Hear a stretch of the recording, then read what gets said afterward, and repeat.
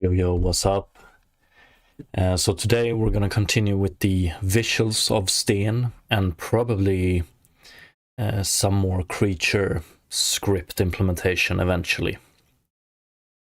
So the idea with the eyes was initially not to have them like this Splinter Cell-like setup, but to have them as look like glass marbles of different colors, red, green, and whatnot.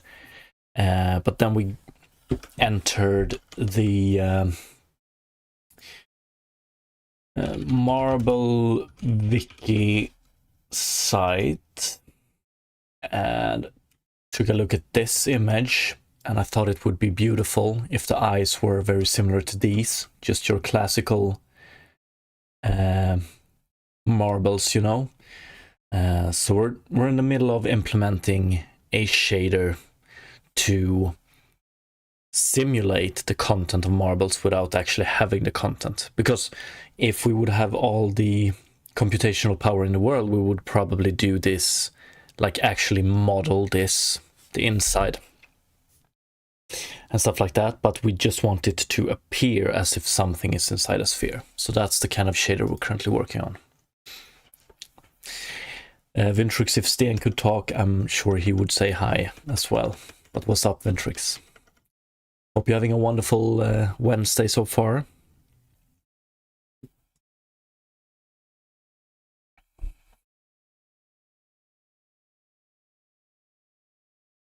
Productive at least. Yes, so I'm just going to open up Blender real quick and visualize what I'm trying to do in the shader, and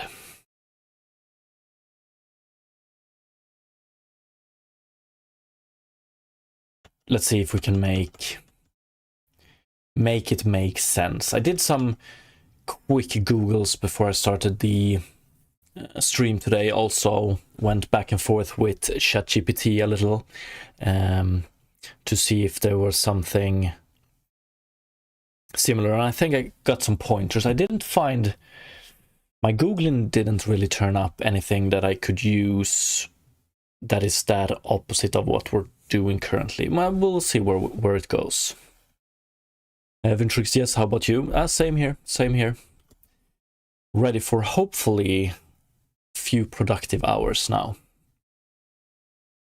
So what we're trying to do basically is we have a sphere like this, and this is the sphere we're rendering. And then we also have we don't have a plane, but we want it to, inside of the shader, we pretty much want to simulate a plane, which is always in the middle of the sphere. And initially we're also going to make it so that it is always aligned with the view. So if we rotate here, the idea is that the plane will be aligned like this. Because what I want to do with this plane is I want to have a simple UV map on it, so 0, 0, 1, 1.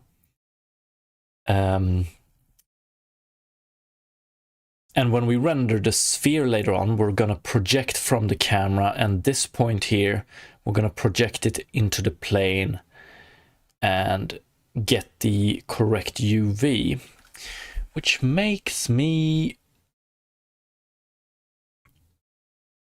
wonder.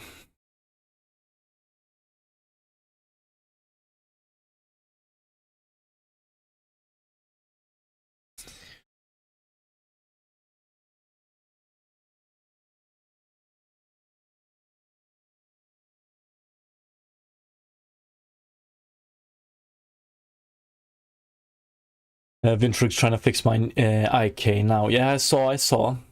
It looks... IK looks great, like generally, and it looks so much fun to work with. Hope you can make it work exactly as you want it today.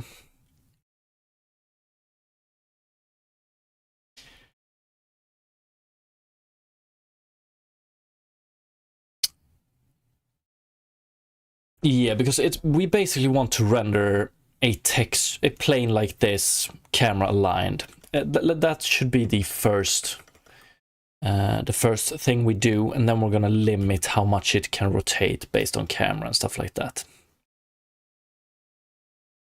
I would like for the shader to be very general as well, so we can use it for multiple different stuff. So I would like to have a option that we rotate this one with the camera, but slower and slower, and when we get over a threshold we flip it, just to get that 3D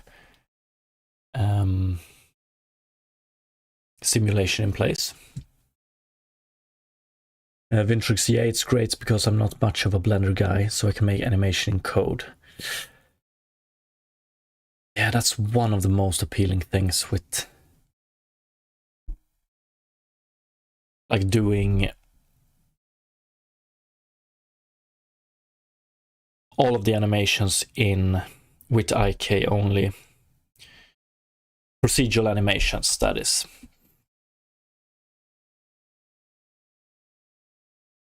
Oh, I don't remember exactly what the term is, but yeah, I get it. But let's see here.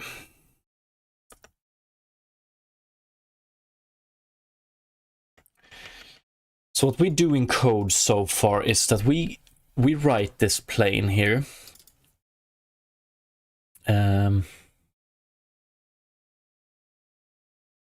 I'm gonna do this actually.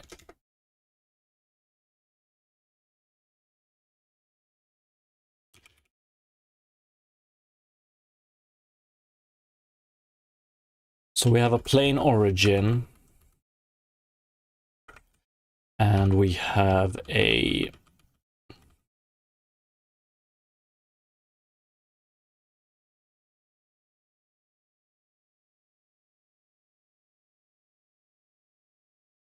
plane normal. I think it's this projection here. I might have simplified it a bit too much when it comes to this projection here. We do plane origin and plane normal in object space as well. Right here we set the plane normal to be equal to the view direction in object space. And then we do this projection, which we later on use as UV. And this is probably the line where everything goes wrong.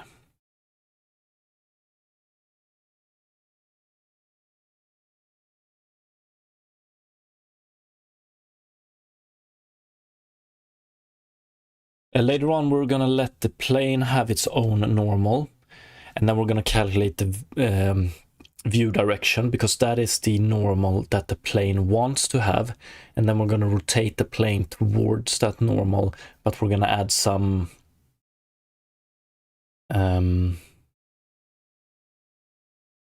slowness and stuff like that. So the more we rotate, the slower it's going to rotate and stuff. Yeah, similar things.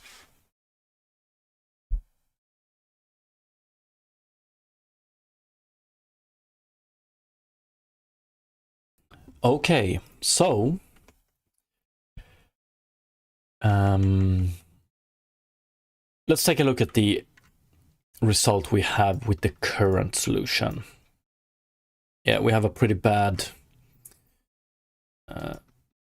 texture like this, and we can see here that the projection, we do get some projection, but it's not exactly the result I want to have. So let's see, let's do something else here.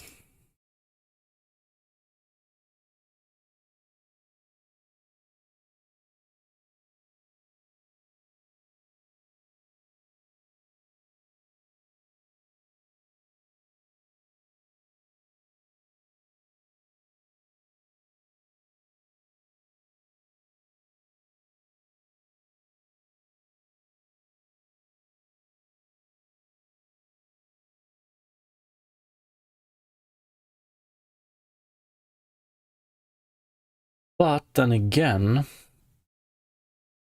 I'm wondering if... Yeah, maybe it's because we... Do we want to do this in fragment? Maybe. Would that help this one?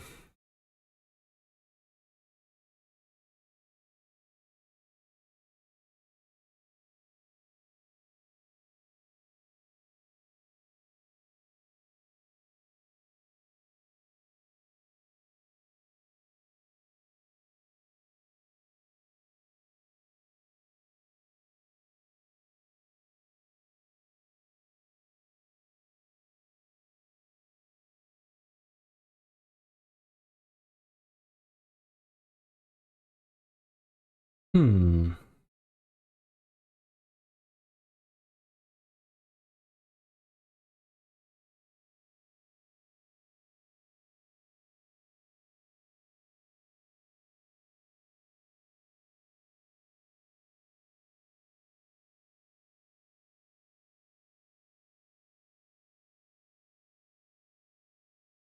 I wonder if we could do...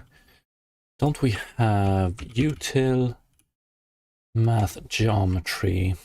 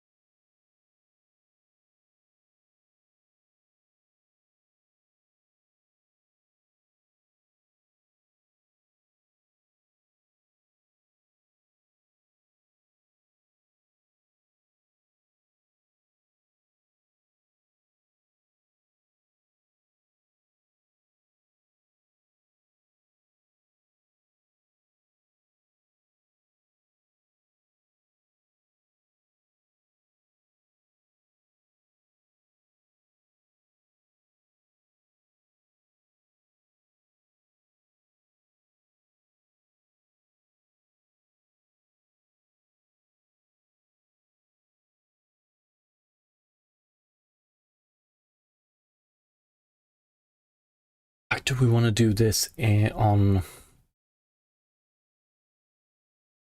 the fragment shader? Maybe we do.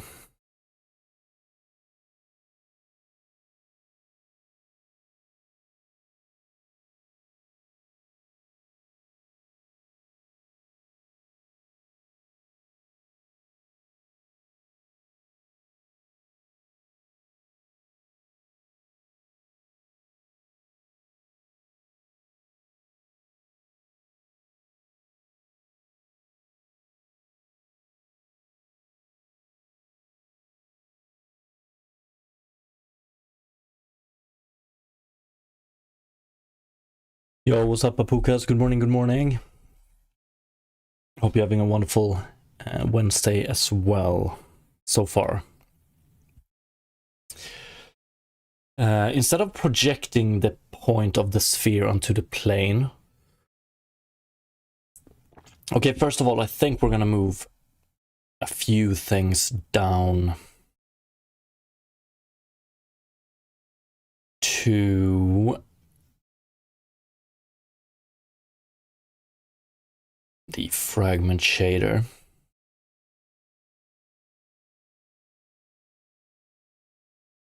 Do we?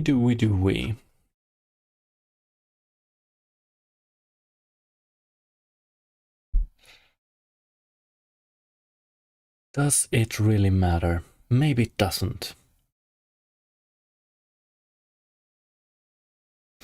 Apukas, yeah, pretty much good. It's getting colder, but at least there is sunshine in the morning, so all good. Indeed, indeed. Yeah, I'm on my second cup of coffee, unfortunately. Maybe it's time to start bringing it down soon.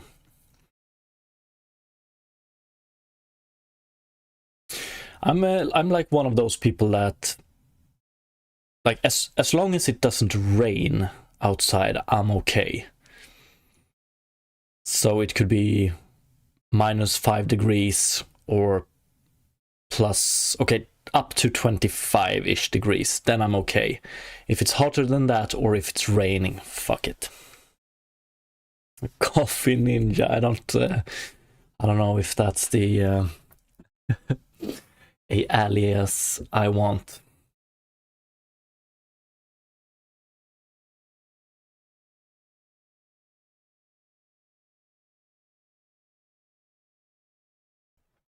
Vintrix, maybe it's time to get a third. Yeah, maybe it is. I'm feeling a little bit slow today, but I've got my third cup of coffee ready here in the thermos, so when it's time, it's easily available.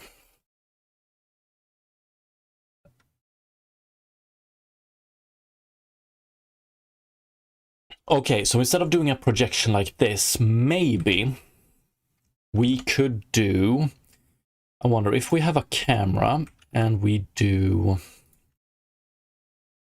okay, we have the camera here. We shoot a ray from the camera and we check the intersection with the plane. We want to do this in the fragment shader, don't we? Yeah, I'm pretty sure.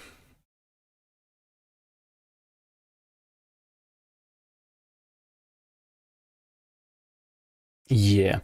Okay, let's do it in a fragment shader. Let's do a ray from the camera, out from the camera, and then we check where it intersects the plane. And when we have the intersection point, we calculate a UV from that, and then we're good to go. Maybe. Maybe it is Coffee Ninja. Maybe that's... Yeah, nicknames aren't chosen, they're given, right? I guess I'm Coffee Ninja from now on.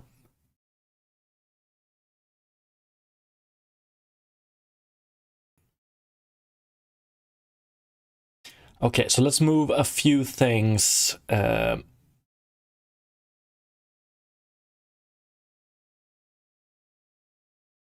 think we're gonna remove these.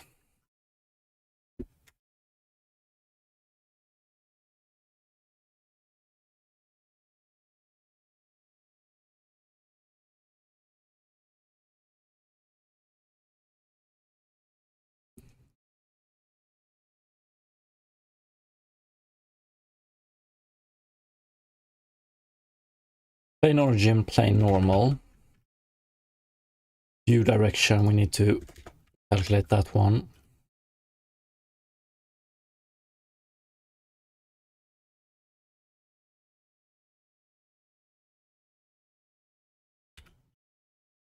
View direction in VS. So we want to have... Did I remove it? Camera position OS. This is what we want.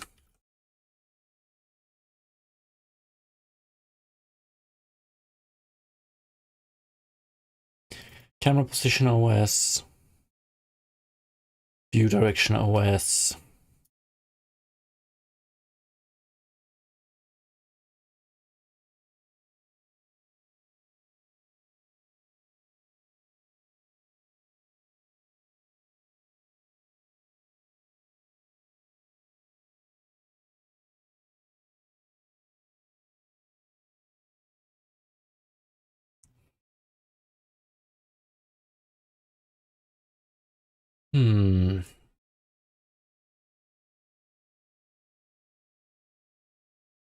Vintrix, I love C#. I don't know why I use Godot's integrated language. I'm wondering that as well. Yeah, it's very cool that they have the option, but they should have just opted for C#, honestly.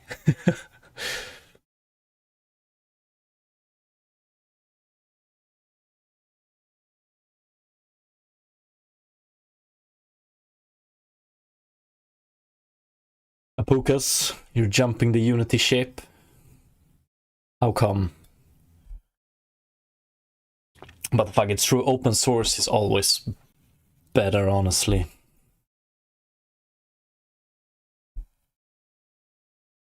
It's not always better, but it's preferable. Yo, what's up, Clark King? Good morning, good morning. Hope you're having a wonderful Wednesday as well.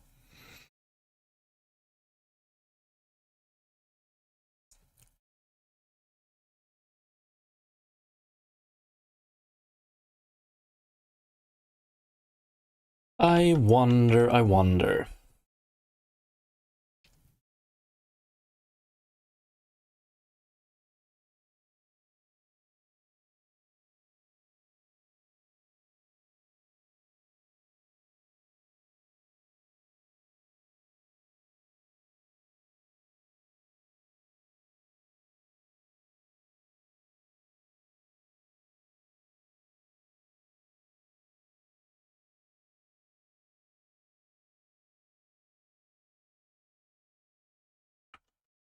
Don't I have a nearest point on quad with normal, nearest point on line?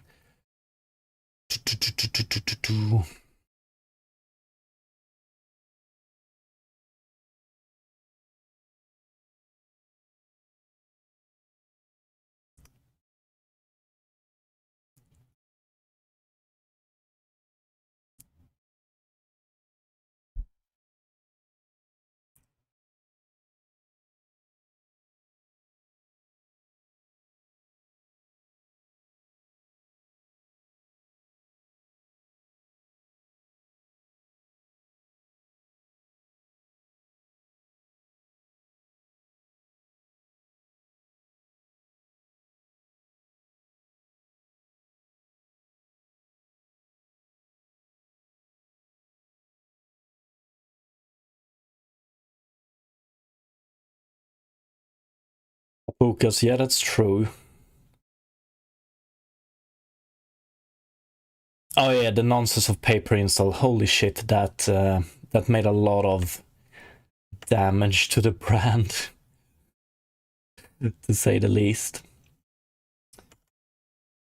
But okay, let's see here. We're gonna have to implement a point and quad intersection function. Thought I had it, but I don't. And we have positioning world space. Let's do that. Float 3 frag position world space is equal to position OS.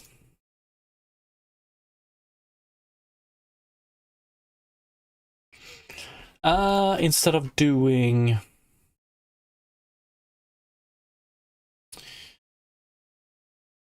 let's just send it in as well.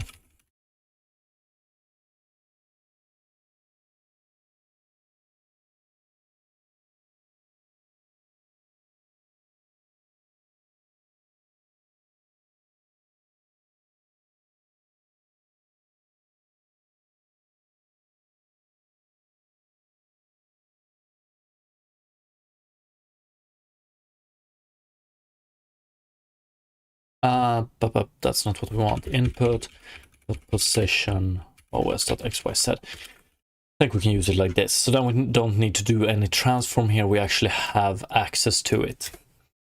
So then we can calculate, what do we have? Camera position in object space, view direction in object space, and float 3 camera to fragment.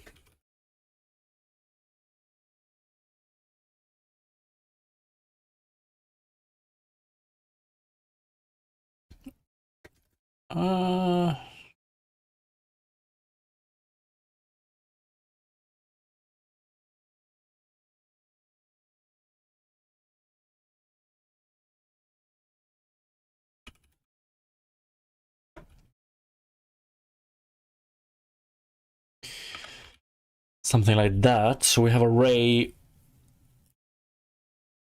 like this, and then we want to check where this one intersects this plane. Yeah, we do plane normal is view direction in OS.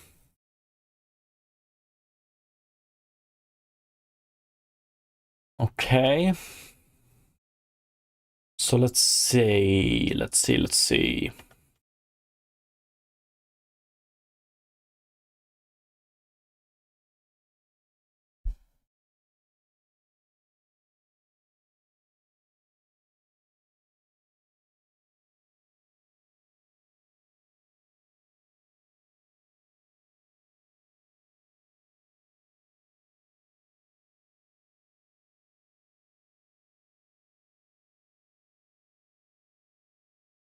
let's see what a simple Google get point of intersection between plane and line. Line, plane, intersection. Oof.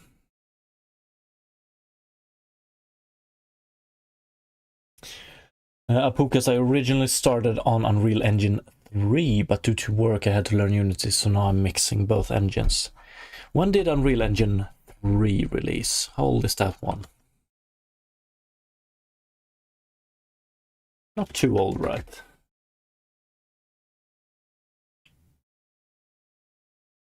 Ah, 2006. Was that the engine version that Gears of War was developed with?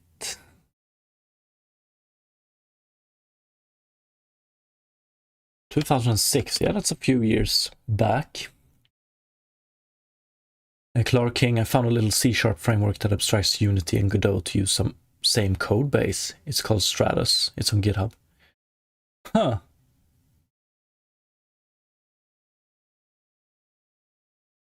I'm gonna check that out. Apuka's and also Mortal Kombat game on heavily modified Unreal Engine 3. Like I remember when Gears of War was released, gee, it was... I loved the graphics and the art style.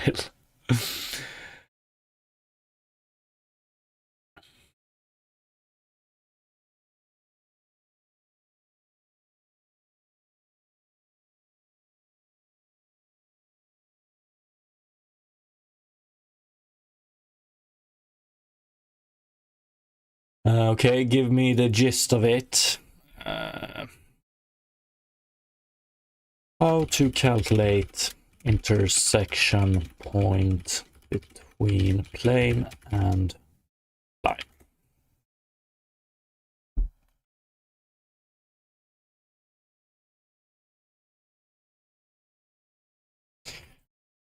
Mortal Kombat 11 is running on Unreal Engine 3. Like I played some of the first Mortal Kombats, I think. So not as high as 11. But that was also a very long time ago. Represent the plane. I want to represent the plane by...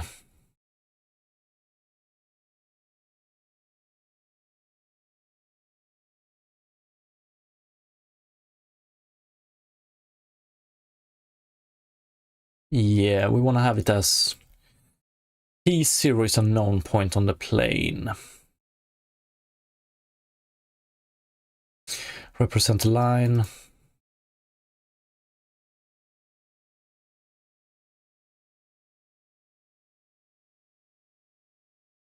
Okay, yeah. So we have is a point on the line. Can we do it as the start point? So camera position in object space. Direction we just calculated. T is something we want to find then, I guess. So where on the line? Substitute line into plane equation. Solve for T.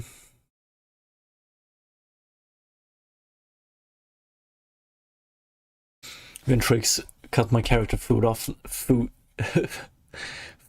now. Damn, I'm sorry to hear. Speaking of Mortal Kombat, that sounds a little bit like one of the end, what it finishes.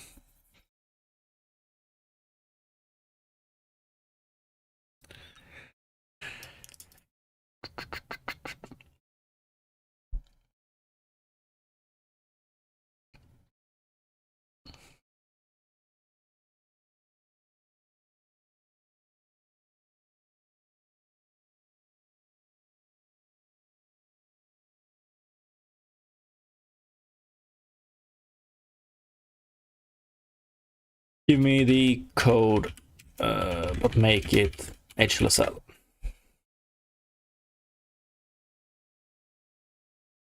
Clark King, I usually prompt with give an example of function in language that does. It's easy for me to understand code, syntax, and math. Same here, actually. Maybe sometimes not. For some reason, though, like when I see this plane equation, I zone out. Give it to me like this instead. But anyway, let's see. Plane normal, plane D. Plane constant.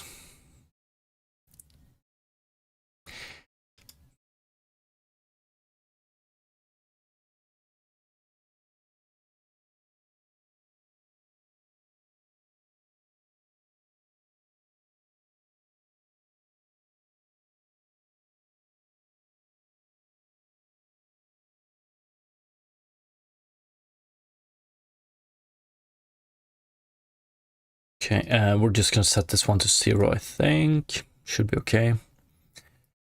Line is parallel to the plane. Okay.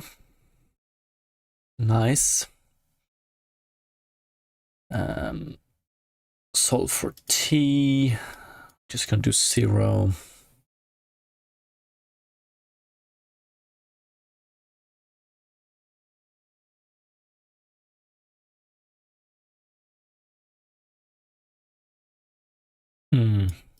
Okay, you know what? We're gonna take this one and we're gonna rewrite it a tiny bit.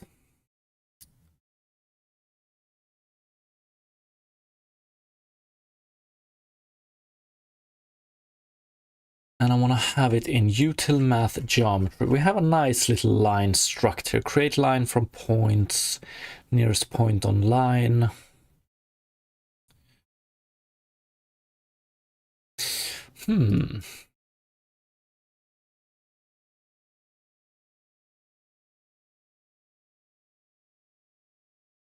Now this time we want intersection point.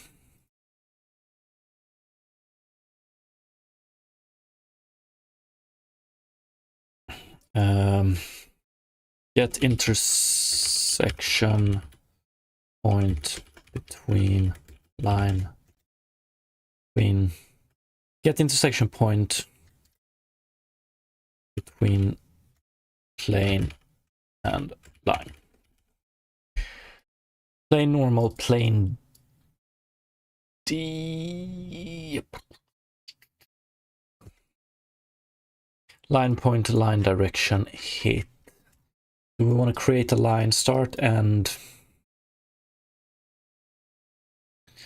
direction?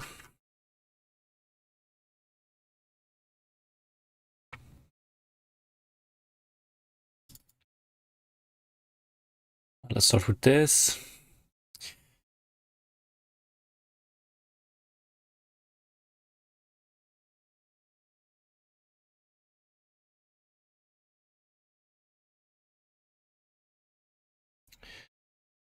What is the...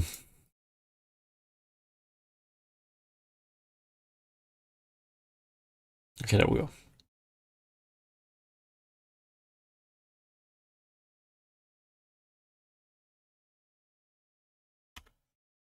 And then I wonder... I don't care about this one. I don't... maybe it might be good to have.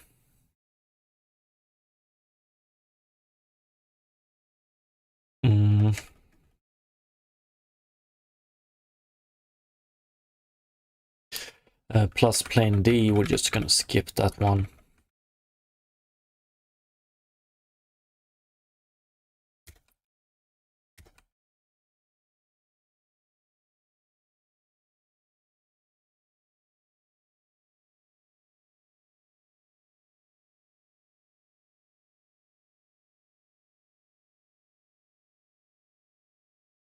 Honestly,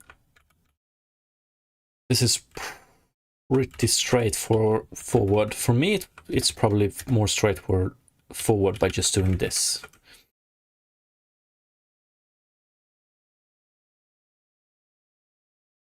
Solve for t.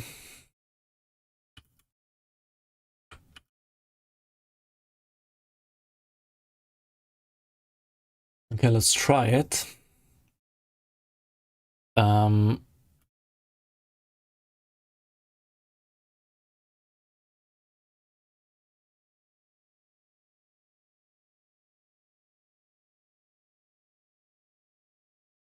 Plain normal. Yeah, let's just copy this one.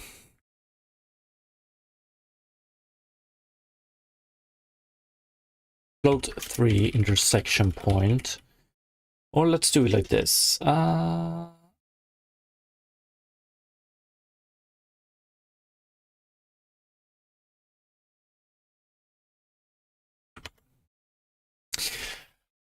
I'm wondering, so if we try to find an intersection point and we don't find it, can I do something else than return handle the hit boolean? Fuck, isn't it nicer actually to have isn't it nicer to have out float 3 intersection point?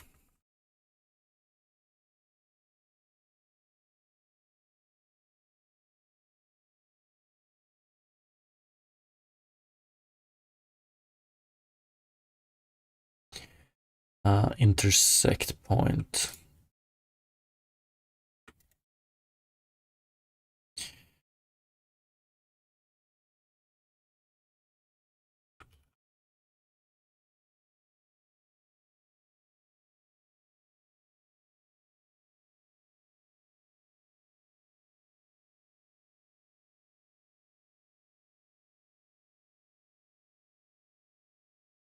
Well, one sec, what did we have here?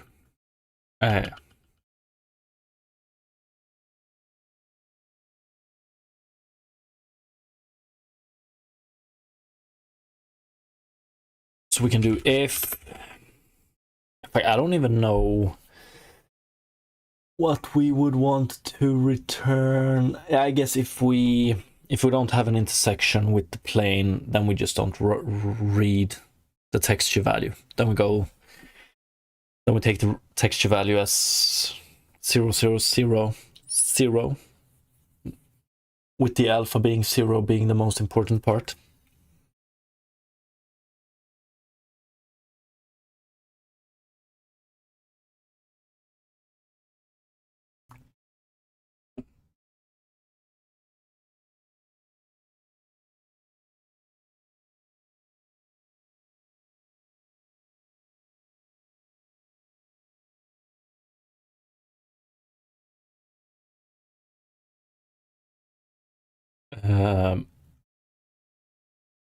So a line point is just going to be camera position OS.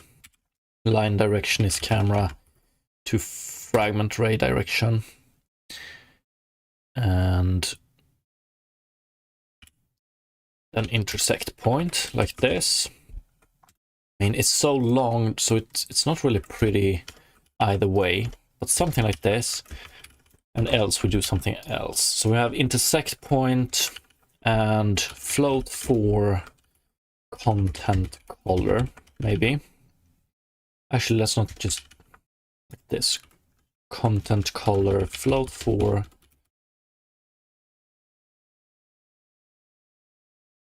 and then we do, okay, so if we have an intersection point,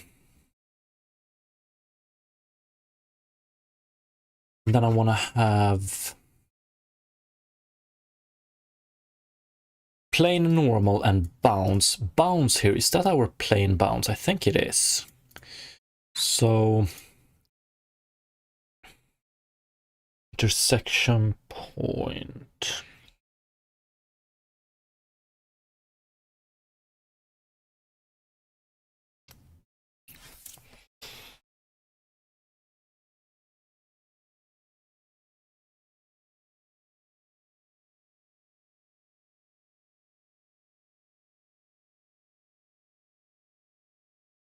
Hmm.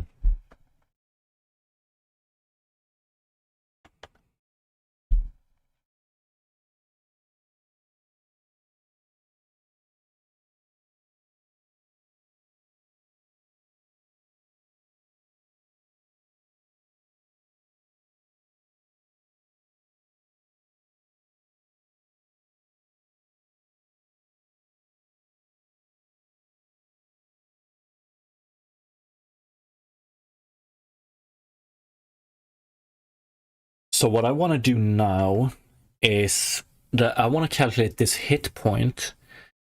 We want to convert this hit point to normalized coordinates for the plane, i.e. UV coordinates.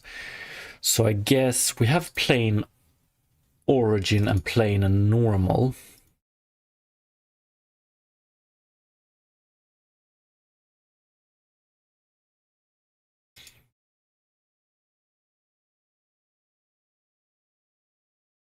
So basically in this plane, we want to calculate this point and this point. And then we take our hit point and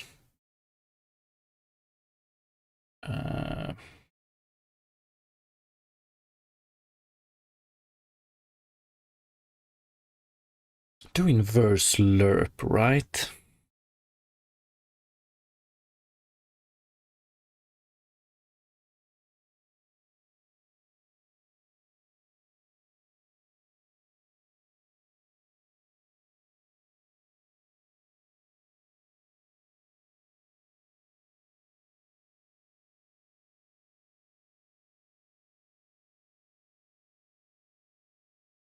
Do we need to...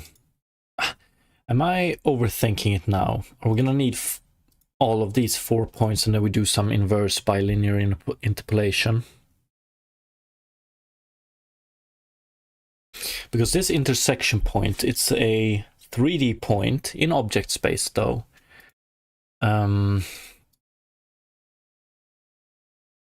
guess we could remove the need for this if we did the calculations in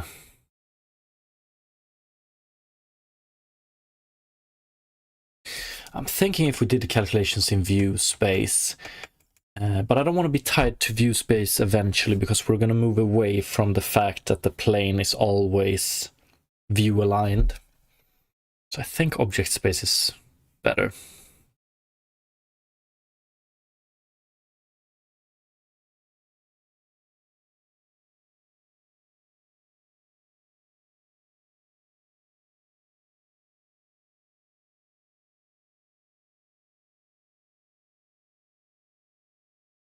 Okay, but I guess we can use...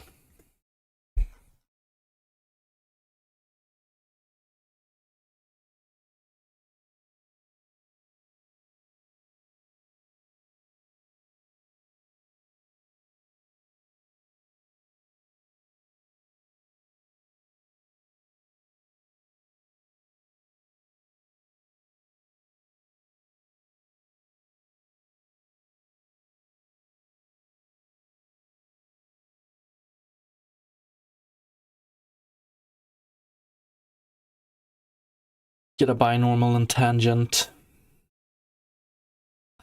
Feels...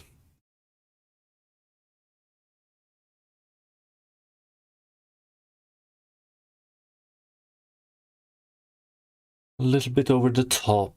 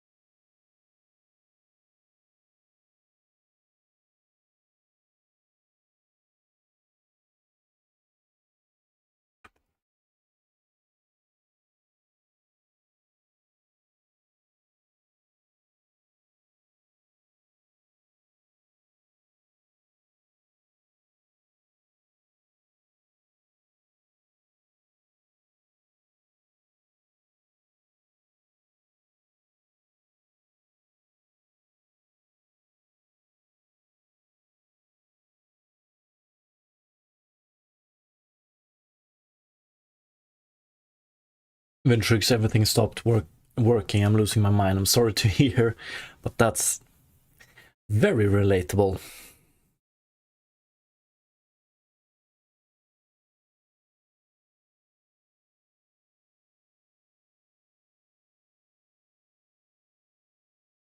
So given a point anywhere on this plane, and mind you, this plane might be rotated like this, and it might be weirdly rotated, but if we have a point here, and we want to calculate UVs, so normalized coordinates based on X and Y, do we need the 4 points, or is it enough? With 2? No, probably not. We could probably do it with 3, but it's...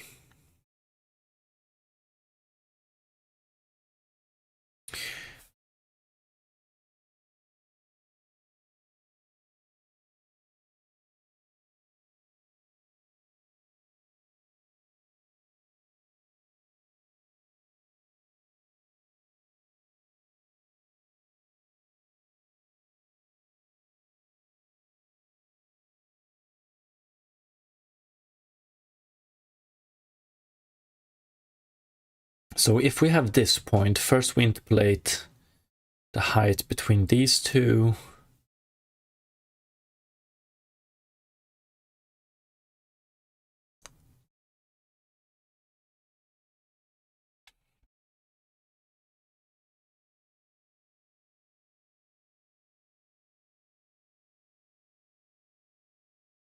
Let's see.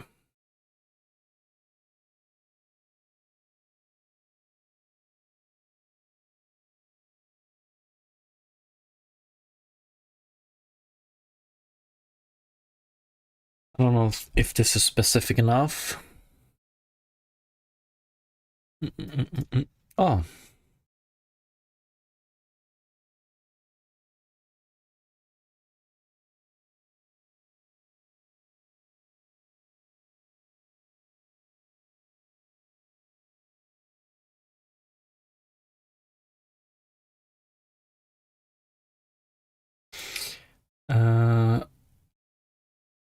Yes.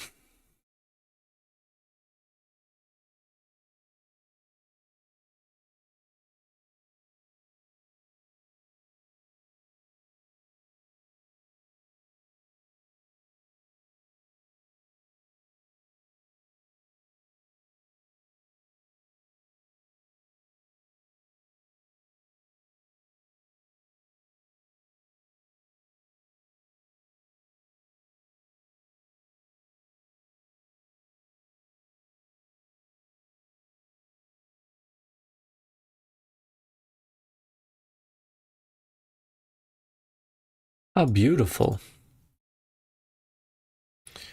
Origin, normal, arbitrary tangent. Yeah, we can use. So it was when we looked at this. We can just generate binormal, and then we do a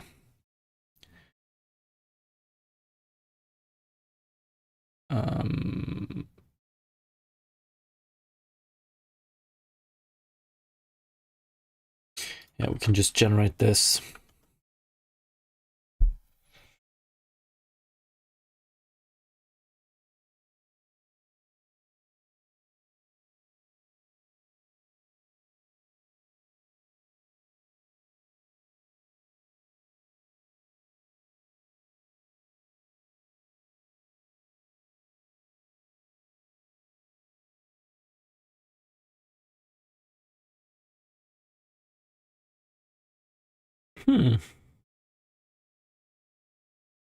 Beautiful. Let's implement something like this as well here. Get the intersection point between plane and line. So to get UV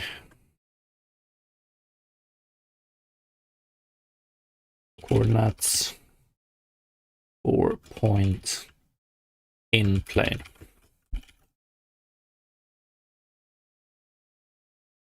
And yeah, we're gonna do plane is gonna be plane origin, plane normal.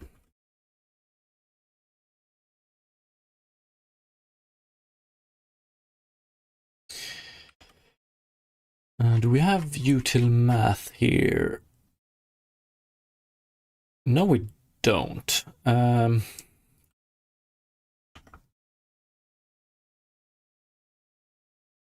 Let's include it. Don't we have...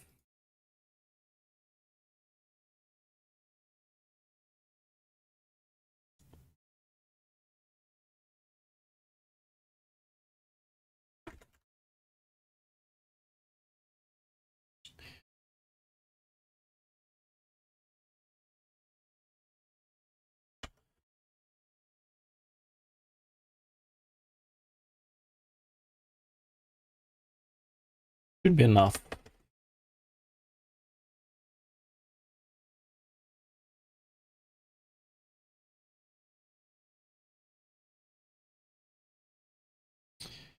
Oh, did we use the denom here as well? I missed that.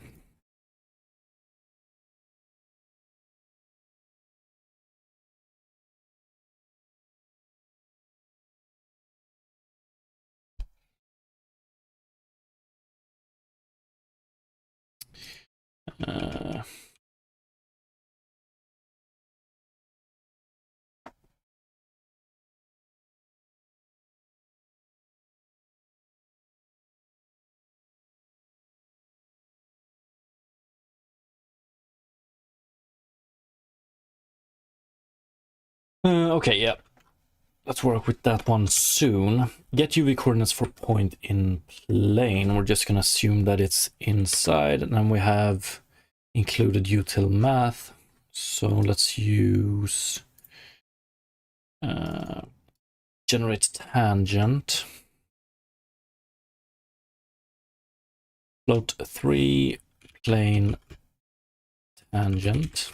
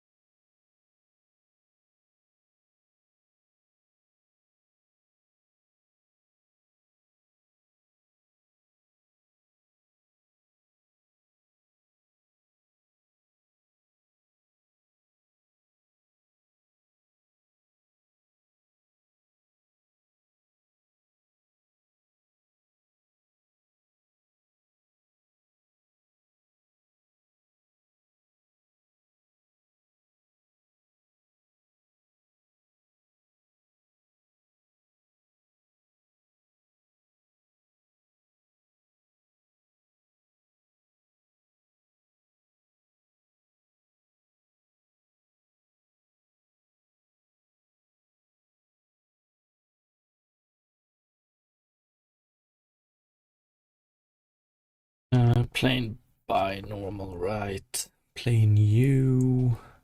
I think so. Yeah, we also want to normalize these two.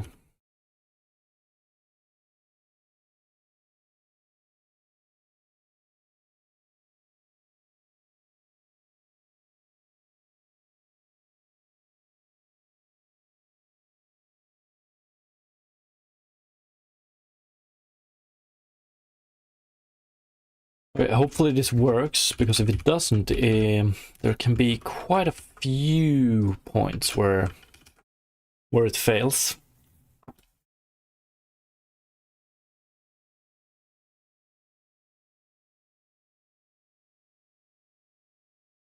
So we had some issue here, position OS or something like that. Let's see. Oh no. Redefinition of plane time. Yeah. Because the second time around we just want to do this.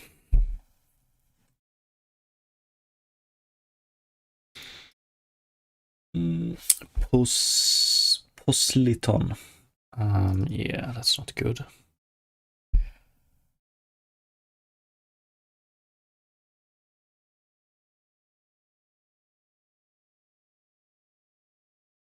Yeah. Okay, that's Posliton.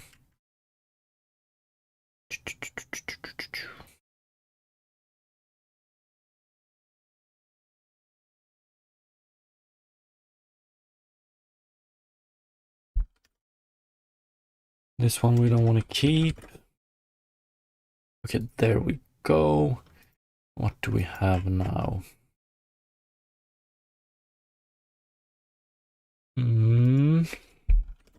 Let's see. Yeah, we don't do anything here just yet, so we just sample this one at input UV. Okay, beautiful.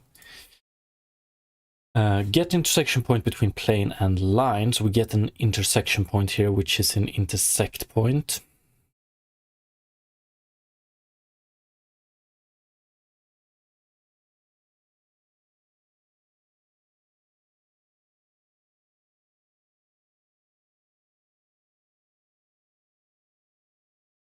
So then guess we want to do float to UV is equal to get UV coordinates point in plane. First the point in question, and that's our intersect point. And plane origin and plane normal. We're going to do plane origin, plane normal. And then we're going to do an, yeah. We're going to take this one and do content color is equal to this one.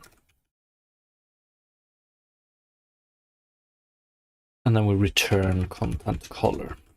So if we don't find anything, it will just be black. Otherwise, we will sample the texture. That's not what I wanted to see. So this one fails.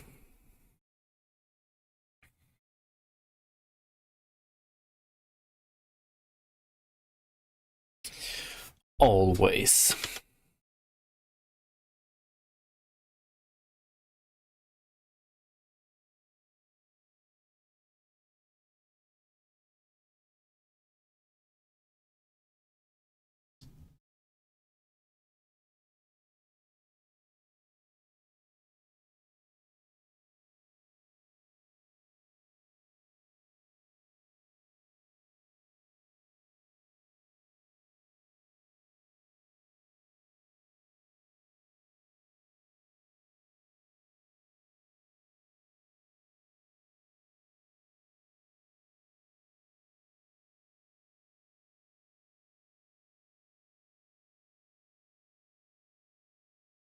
Just want to make sure if it's that it always fails or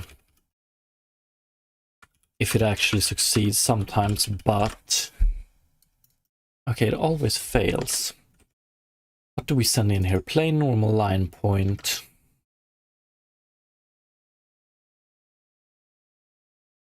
Camera position in object space. Camera fragment to ray direction. Is this going in the wrong direction?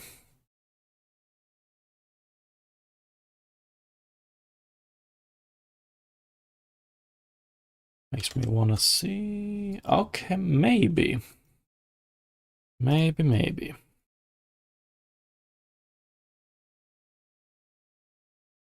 This is still fucked because we use input UV here and then we want to use UV instead. You know what? It's the best one yet, but it's not entirely there just yet. But I think I know, maybe I know why. Return.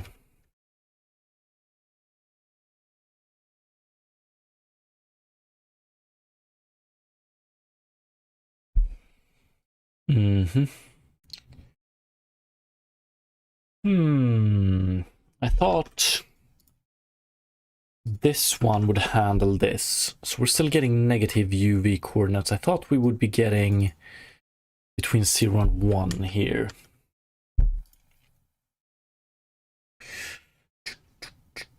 Did I fuck up? Vintrix, oh my god, I forgot to check one checkbox. Holy shit. Annoying. But great that you found it.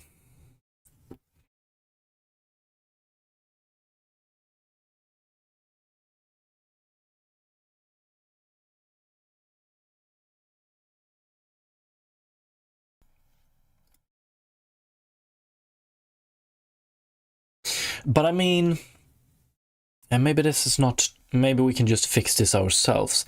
But what the fuck?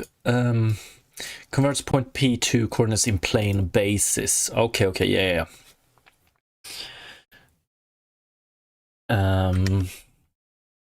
So let's take whatever UVs we get here and we transform them a bit.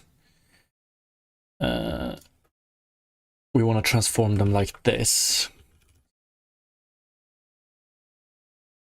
UV, let's see here. UV is equal to float 2 inverse lerp 0, 1 bounds minus bounds.x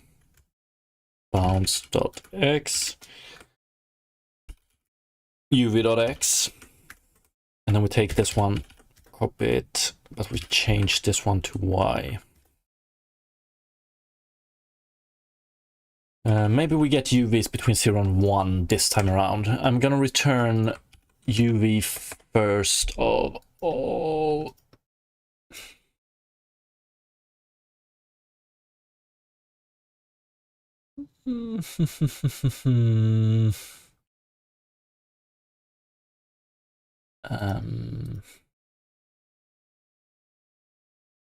Zero, 1. Or I mean 1, 0.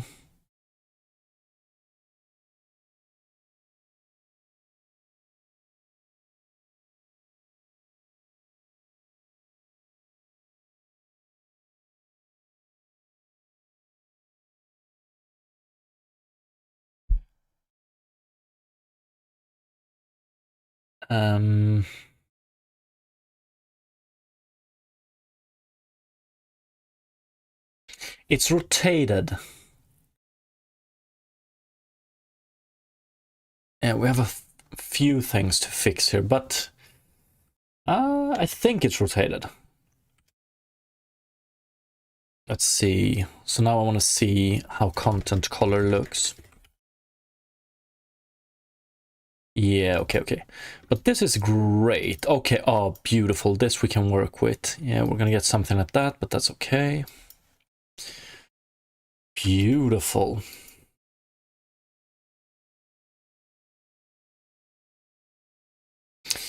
Beautiful. Vintrix just added the variable in code so I don't forget it.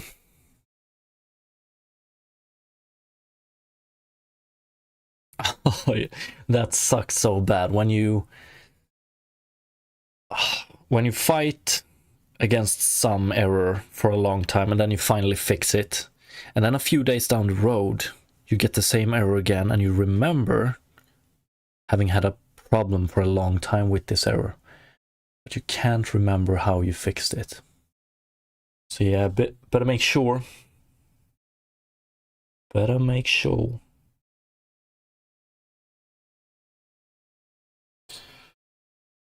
Okay, so yeah. We can fix this one by flipping these, but it feels like we're doing something wrong here for them to be flipped like this.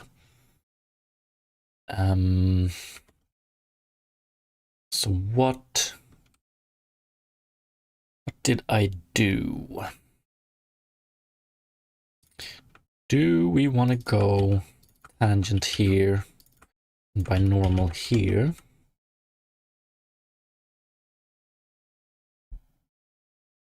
That's a little bit better. Yeah, okay, it looks exactly like this one. So that's great. Now we have this one. I don't know if it looks like it, but what I tried to draw here real quick is the content of a marble.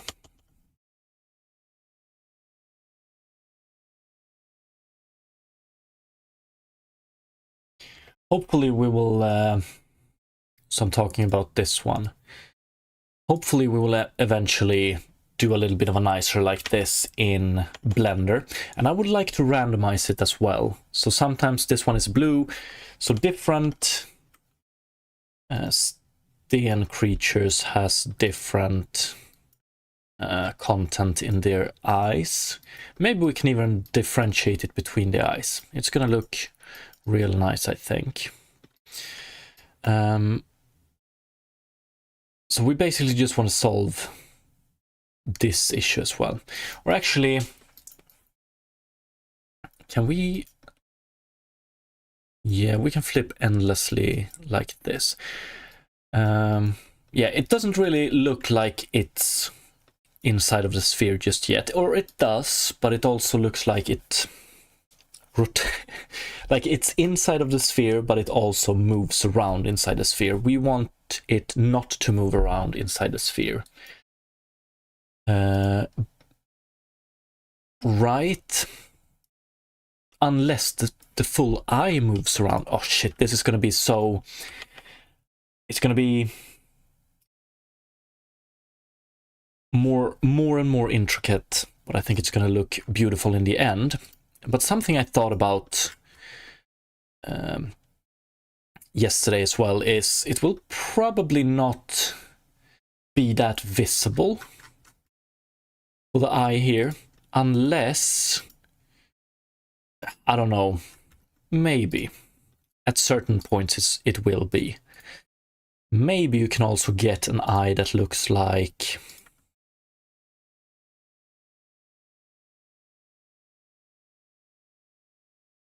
or a creature that has eyes like this. And then, oh, and if we scale it like this, we also want to...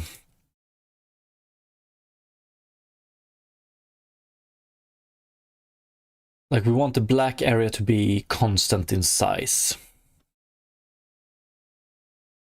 So if we have a stone creature with an eye like this, then yes, then we might...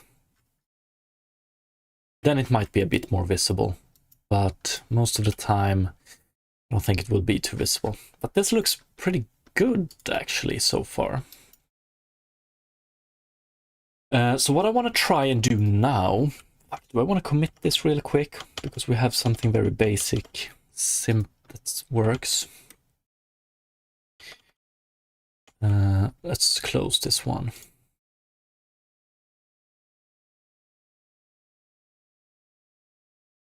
We're gonna commit this one first, util math geometry. Do we have an issue related to this one?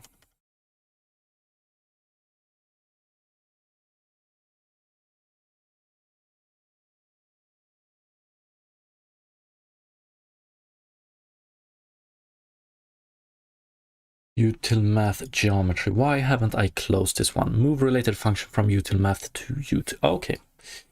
Yes. I don't know which one those would be, actually. I'll look into it off stream. Implement. What did we have? Get intersection point between plane and line.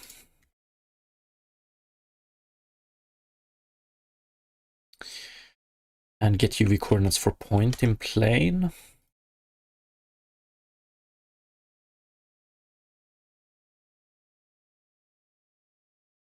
And project point onto plane.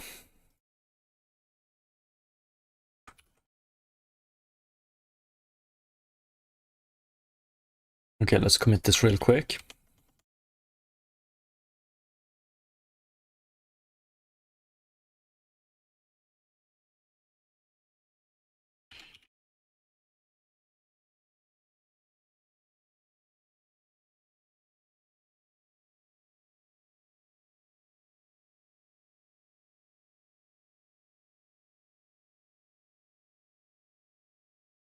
util math geometry .hlsl.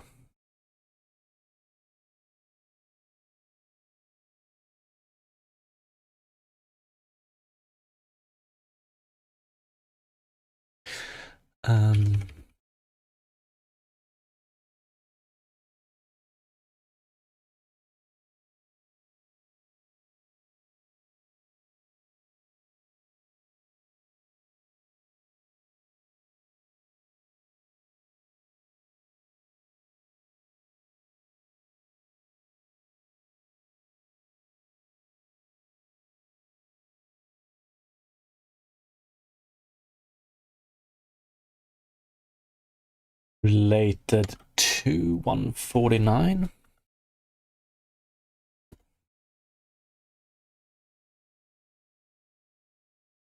Okay, with this one committed, we can jump to this one.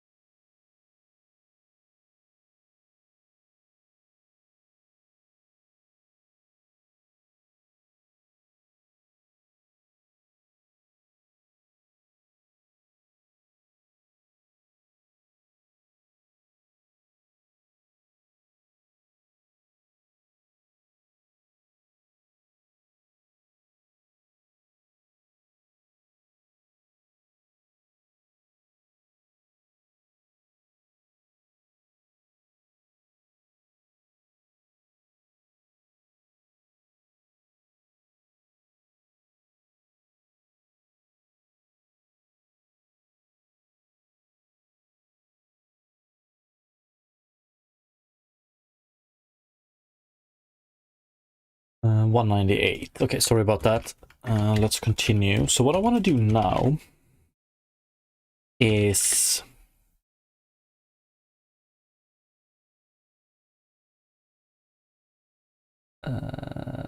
Mintrix looks sick. We're talking about this. Yeah, I think it's gonna look beautiful with a proper texture later on. And some proper behavior on this one.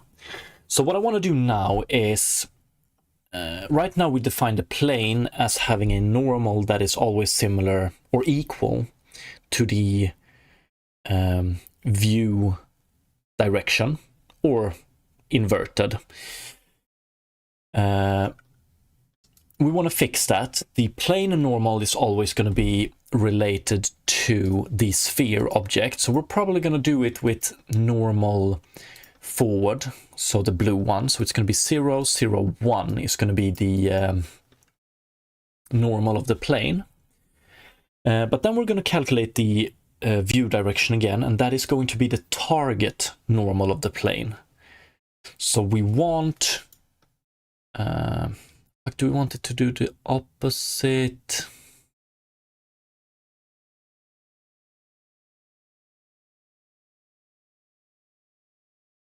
Yeah, we want it to rotate the other way, I think. So yeah, we're going to calculate this normal.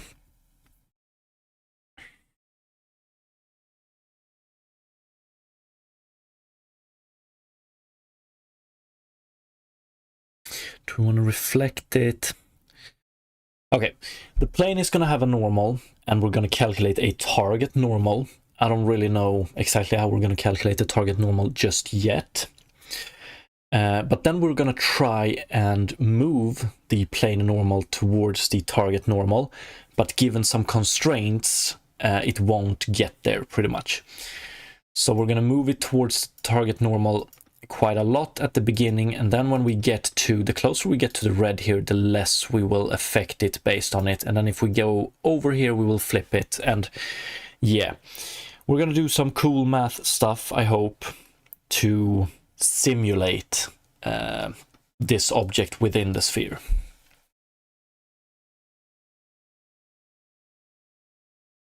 Vintrix, I don't know if it's just me, but I like getting into things really deep instead of watching tutorials. Like, I want to understand every line I'm writing. Same here, 100% same here. But sometimes, unfortunately, like, or the downside with that is that it takes so much more time, you know. But I always defend it with saying that, like, if I don't understand every line that I put in here, how am I then going to extend it or alter it to my liking? Yeah.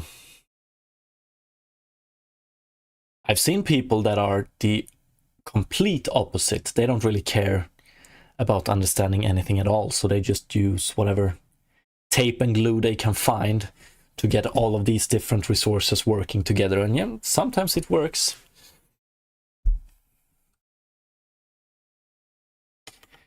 Each to their own.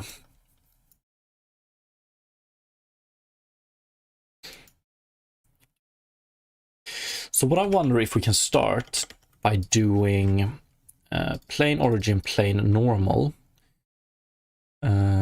Let's take this one, and then we do float 3 plane normal is equal to float 3 0 0 1. And then we get something like, ooh, ooh, ooh, beautiful. Fuck, do we even need to move it at all?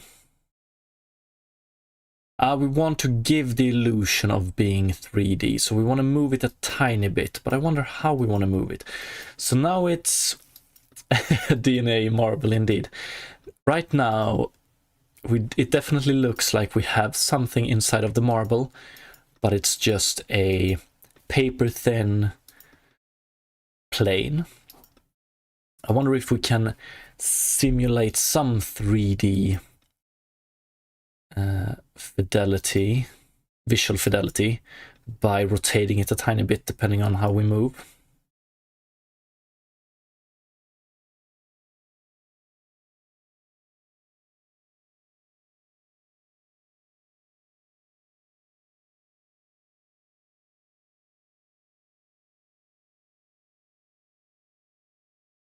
Vintrix, yeah, there are many crappy games on Steam that are built like that. Yeah, definitely.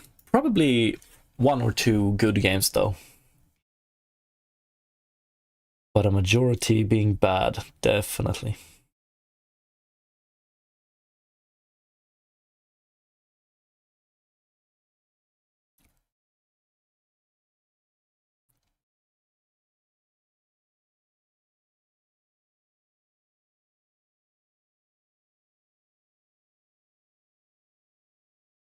I'm thinking here, do we... Yeah, we want to rotate it with... We want to rotate it with the camera view a tiny bit, don't we? And then if we're like this, we flip the normal.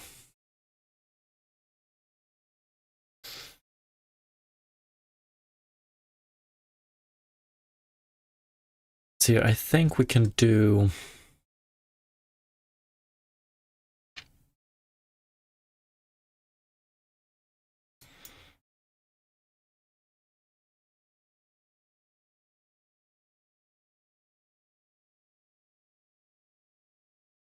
Yeah, we can just do this, right? Plane normal. We check if camera position os.z is greater than 0, then we return this one. Otherwise, 0 0 minus 1, right? Yeah. But if it's if we end up here, we also want to flip the UVs, or we want to flip the X, I suppose.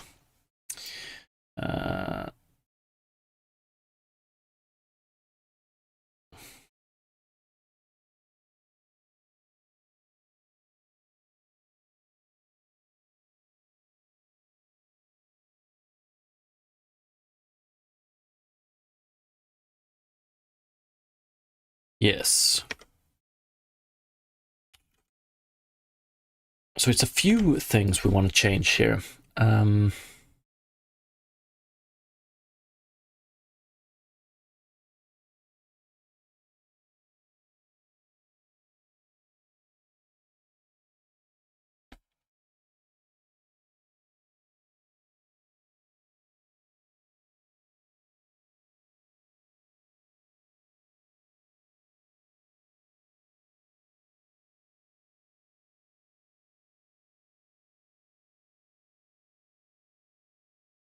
Vintrix, you made me get into game dev again, and it's awesome.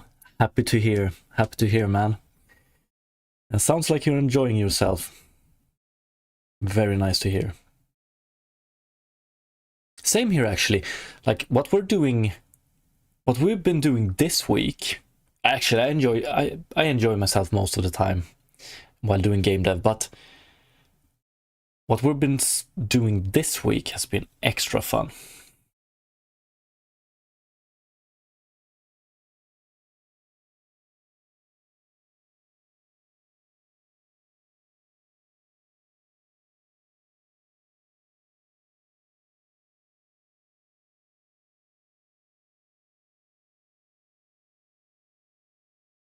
Okay, so I don't know how I want to put this.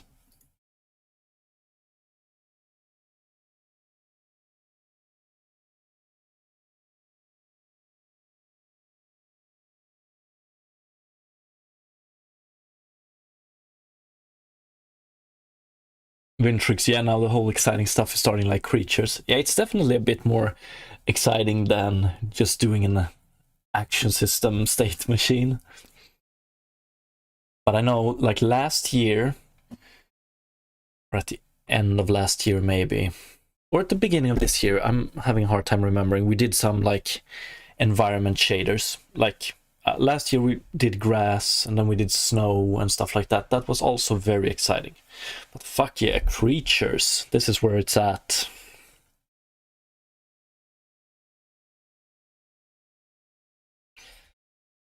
Okay, so if we go behind the plane, we go behind the plane if the camera position of Z is negative. So this is an object space. So if this is true, we want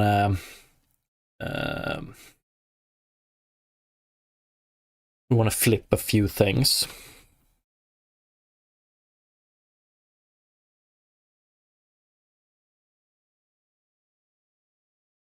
Vintrix, yeah, I saw the grass and snow thing. That was awesome too, indeed. We're probably gonna do an iteration number 2 on both of those eventually. I want to get some. I want to get some creatures working, and yeah, some creature simulation stuff working before we revisit the environment. So the next time we iterate through the environment, I want to have some creatures walking around, you know. But we'll see.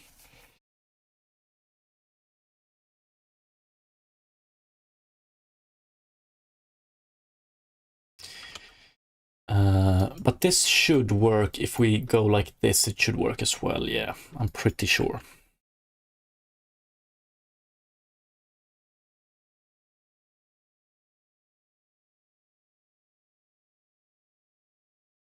Sten just sitting there. Yes, indeed. I've also thought about just doing some fun stuff, like when we terraform, like when we dig a big,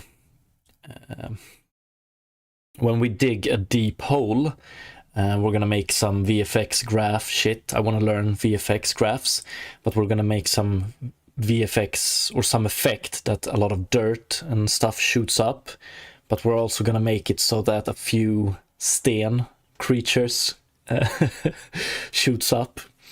I'm gonna play around quite a bit. I think it's gonna be fun. So like you dig a big hole, mud and dirt gets everywhere, but also a few creatures.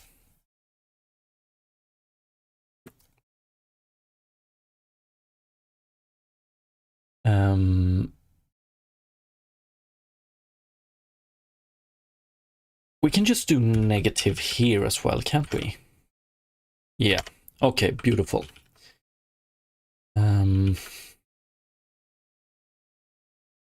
So I think we're gonna do float camera orientation multiplier. I don't know. Should be able to just do this.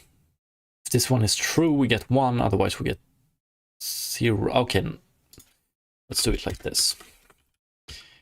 1 minus 1. And then we do plane and normal is equal to camera orientation multiplier times this one. And we also do the camera orientation multiplier here. We could probably do this a little bit nicer, but now if we go around here, we still have red up. So now it actually looks like we're looking at the back side of this one. In fact, math is amazing. The cool shit you can do with math.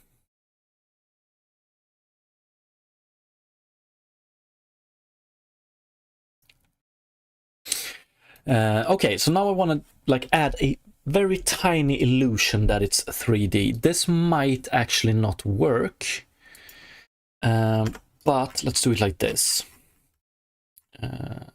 Plane normal.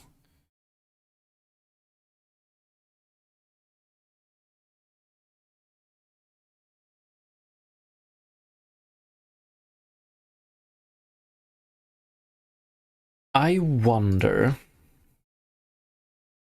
if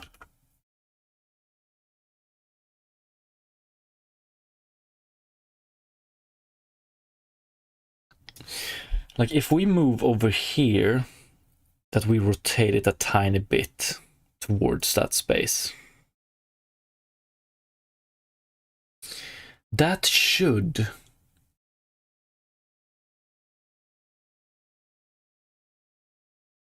add some thickness to it, shouldn't it?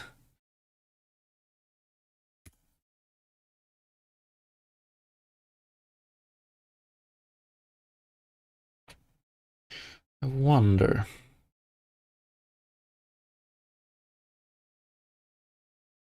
Fuck, what do we get here? Is this just a...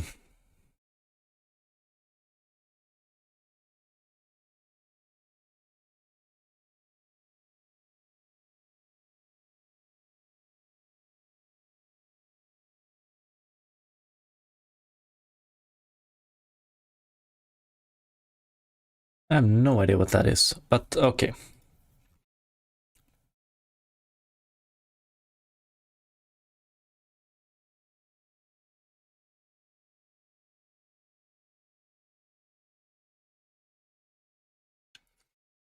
Yeah, I hope we'll see how it works. We can probably tinker with it and tune it a bit, but so like if we move over here, so we have it like this, and then we move over here, and instead of having it exactly flat like this, we have rotated it a tiny bit, maybe like this. We'll see. We'll see. I wonder if we want to rotate it here as well.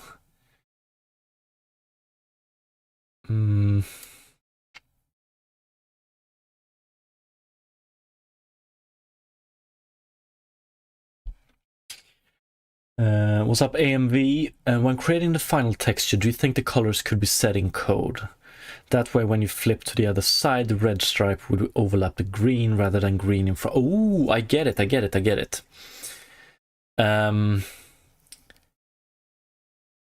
AMV, also first time chatting, been watching your streams a lot. They're quite fine. Thank you, I appreciate it. Yes, I see what you are saying. So, yeah, fuck, that would be pretty cool. One sec, let me think. So we would probably want to keep... we would probably want to keep this one as this, but it's just when we look at... the shapes are gonna have to be entirely symmetrical for that to work. But that could definitely be done. So we don't flip the texture on this side, we just flip the colors. So on this side, this one would be red, this one would still be blue, and this one would be green. I see what you're saying. But yeah, so it gives the illusion of, oh, interesting. Fuck yeah, we could do this.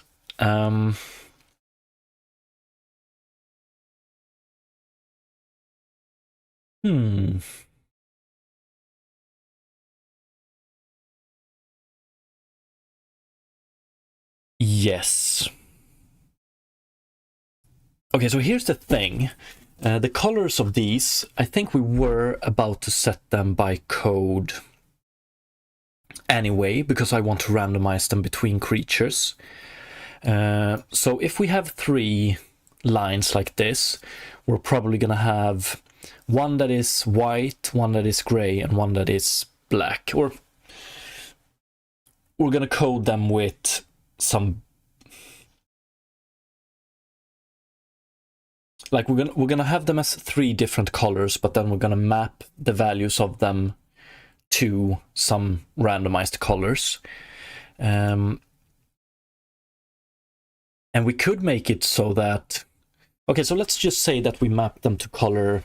this one is color 1, 2, and 3. 1, 2, 3. And then we just want to flip them when we look at it from this side. So color 1 becomes 3, color 2 becomes 2, and color 3 becomes 1. Yeah, we can definitely do this.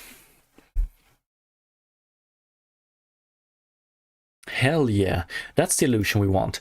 Okay, I want to do... do I want to do this now? Maybe I do. Okay, let's open up...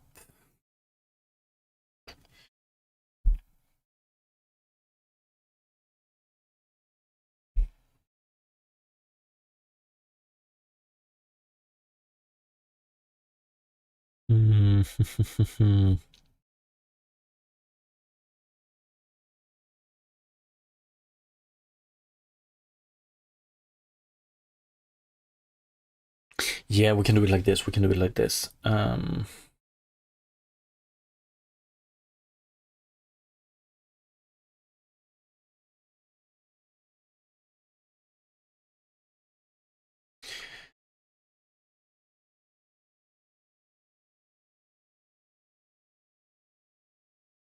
Yeah, let's do some hacky way initially. So we read the content color here, and then I'm just gonna do...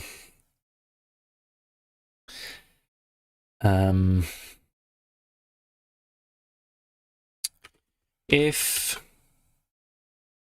we're gonna do this in an ugly way, but I want to see what this gives us. So if content color dot R is bigger than content color dot G, and content color dot R is bigger than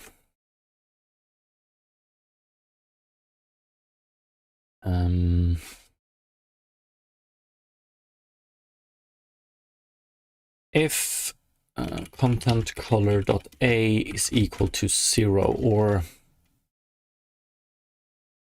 yeah, I think we can do equal to 0. Then we're gonna do something. Else if B. we do something, and we're going to copy this one 2 times like this. Here we want to see RG, and here we want to test B. And then we do R, B, and G, R, G, right? So here we do content color is equal to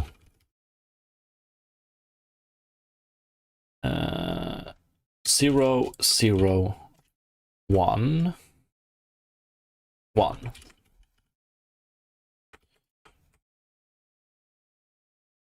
Zero, 1.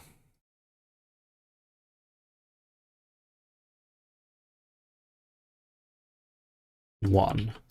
And here we just return. Oops, I made this float 3.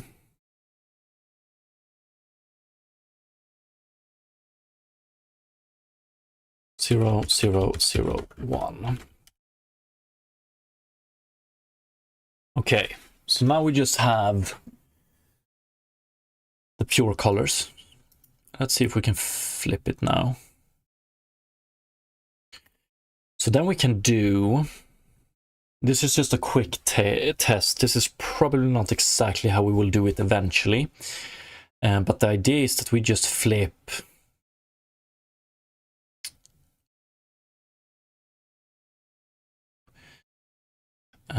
this one and this one, right? No. RG. So we want to flip this one and this one, and we want to flip it depending on this one. So we can actually do, yeah, in this case we can do it like this.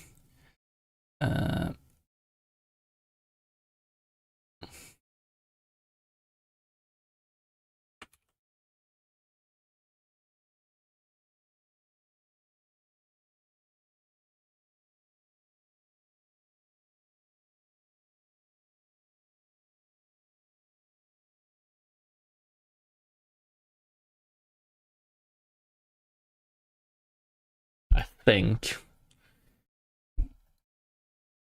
Yes, there we go. So from this side we have red furthest back, and if we go over here, now we have red on top, blue in the middle, blue in the middle, and here we have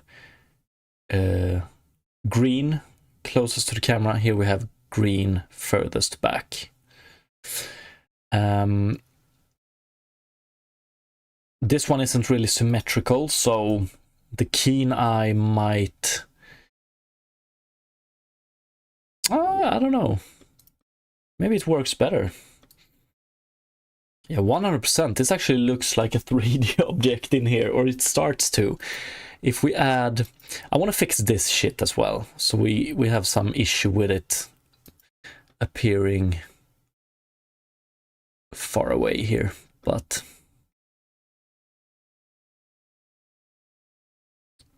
we can fix that eventually. So this was a great input, by the way. This looks beautiful. Yeah, we want to, so it's when we look at it from a very steep angle, that's when we want to fix it. But okay, now I want to try as well to add a small little rotation. So when we rotate towards here, I think I want to bring this one a little bit towards us. Just to make it look a little bit more 3D. This is going to be an eye, so it's going to be placed like an eye in the creature. So we will never view it from this angle, I don't think. Or actually, we might. Yeah, we might.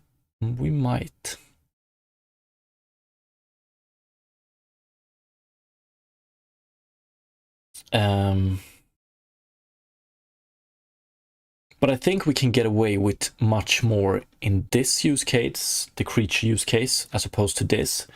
But we're gonna try and make this look as beautiful as possible in this free standing sphere, because we might want to use this thing for other stuff eventually.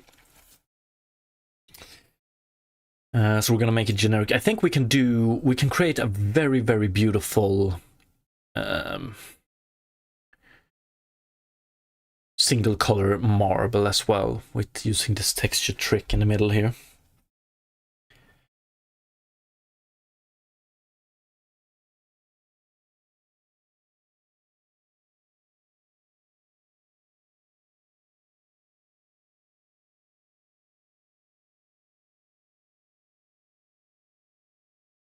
But okay, let's see. I'm gonna try a very simple approach to rotating this one a bit. We're gonna get the normal from the camera, and then we're gonna try and rotate this plane normal towards that one. But I want to interpolate it by a curve. I wonder if it's smooth step. Let's see.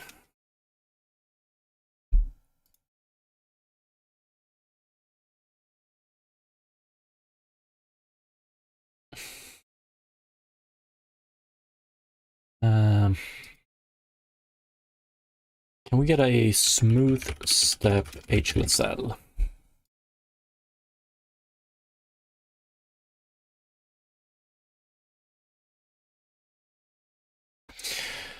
I would like to get I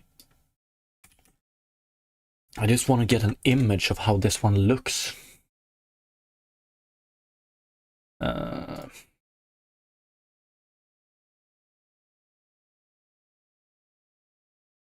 Smooth step.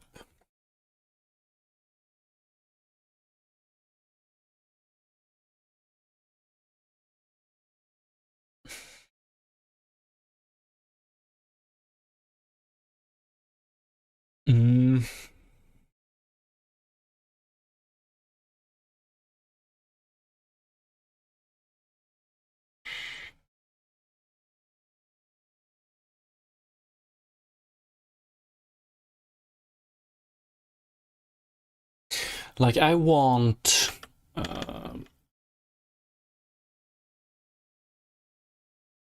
let's open up this. So I want to interpolate the plane normal towards the view normal, but less and less depending on how big of a difference there is. Would love to be able to do it without defining some custom graph in a image. But like if... So we're gonna do dot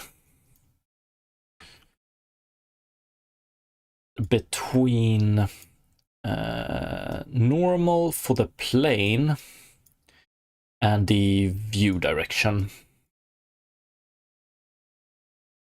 And the dot product goes between -1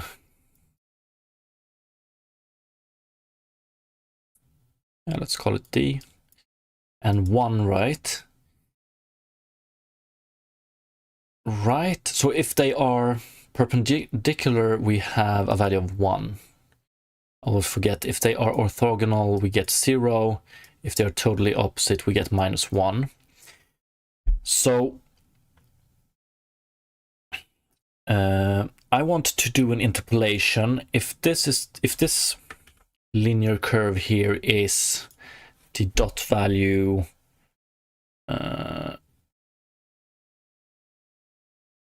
so here we have 1 -1. Does this make any sense?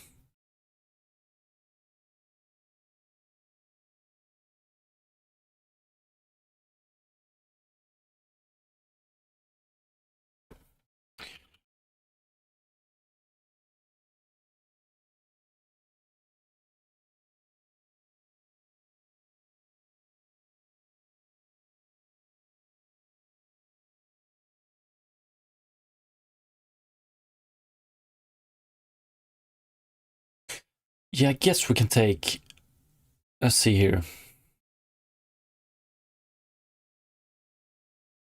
The idea anyway is that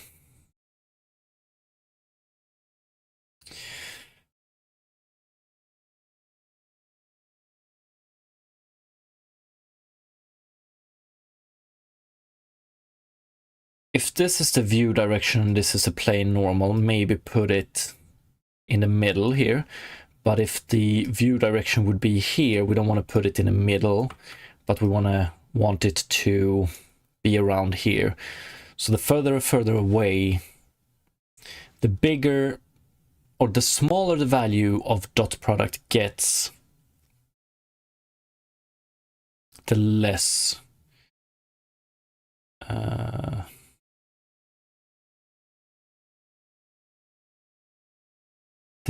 we want this normal or the view direction to drag the plane normal. Does that make any sense?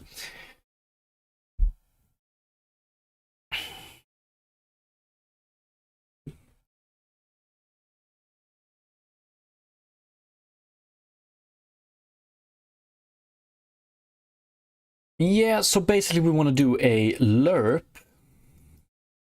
between... We want to do a lerp between plane normal and view, and the T should be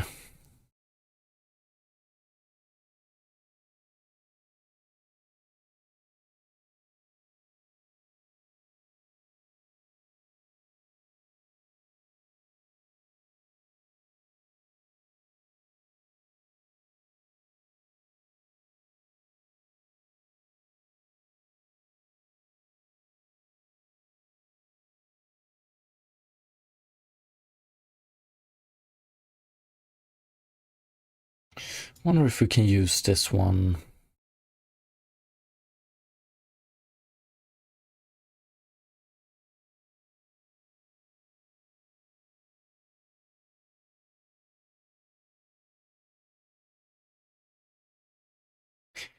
If we change this one from going from 1 to -1, we change it from going to 0 to 1, and then we transform this one to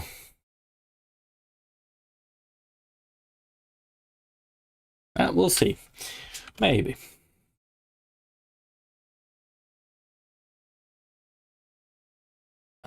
So let's see here. We have plane normal.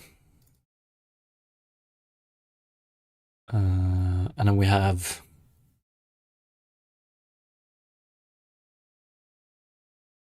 view direction. So previously we did it like this. So instead we're gonna do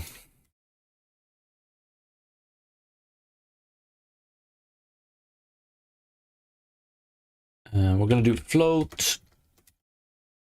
We're gonna rename this one to plane. What is the key word for renaming all of these? Why can't I change? I thought it was Shift F2.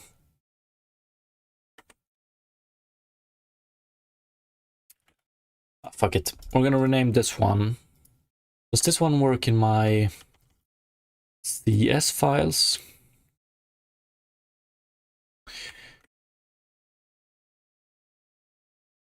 There we go. Alt F2, right?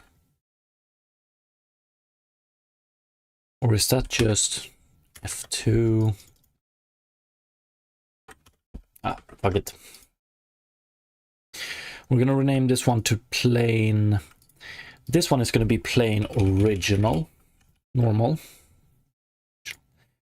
And then we're gonna have a plane target, normal. And that's just gonna be view direction OS. And then we want to lerp this one towards this one. So we're gonna have a plane normal eventually. From plane original normal to plane target normal. And then we have a T here. Do we have this one test? Do we use it? No. Okay, let's use this one now.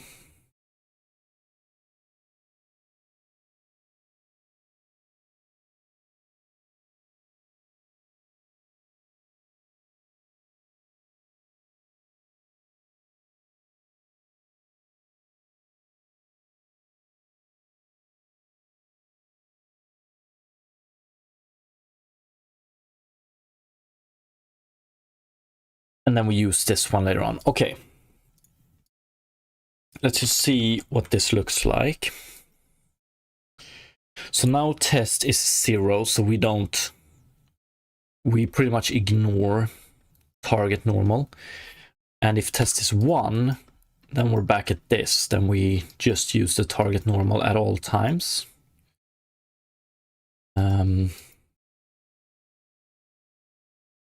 And here we can see this one flipping in real time.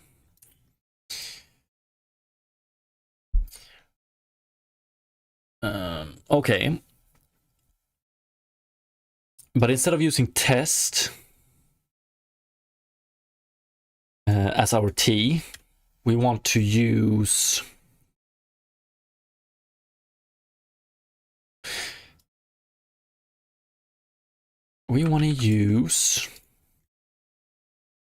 float A is equal to dot between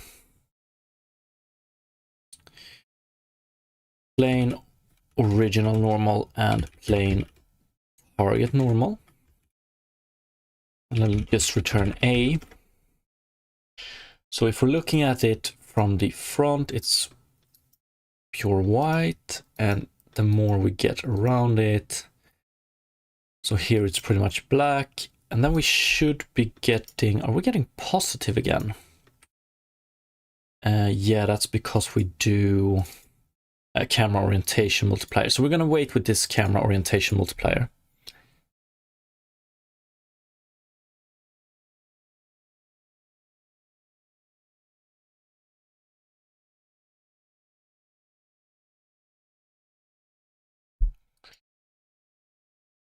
So white in front and pure black here. Okay, we go from 1 and -1. Apukas, looking master artist work at his masterpiece. What are you referring to? Wow. So this one we want to transform this one from a linear. So just right now it linearly goes from 1 to -1. We want it to between 0 and 1. We want to map, but can we just do a lerp on a lerp? Well, that's linear interpolation. I want it to go quickly in the beginning and then slowly. Apukas, of you, of course. Oh.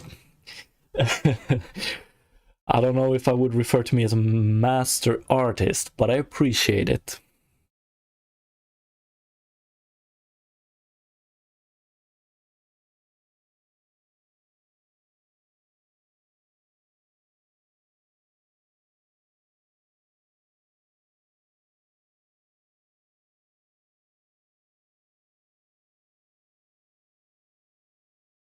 Am I gonna have to... Fuck, I've been wanting to have this for quite a while. I love animation curves in Unity, because you can use them to interpolate in very cool ways. I've been looking to create something that converts an animation curve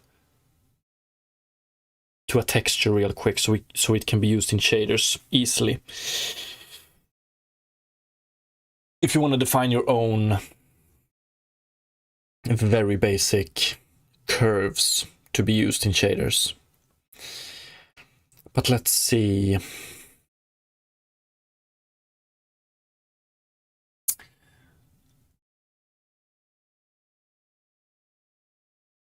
But for something as simple as this, we don't need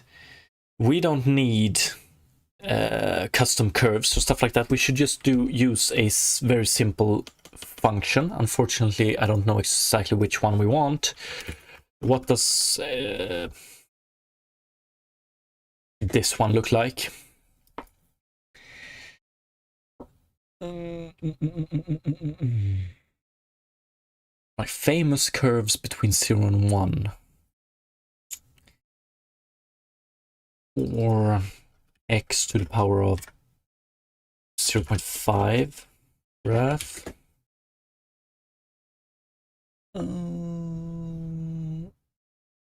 Fuck, we want this one. Do we want this one?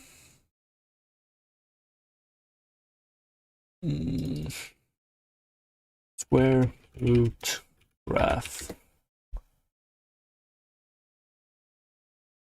We only have to care about between 0 and 1.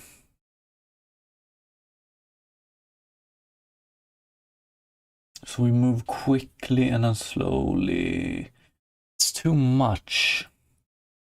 0.5 square root. I'm wondering...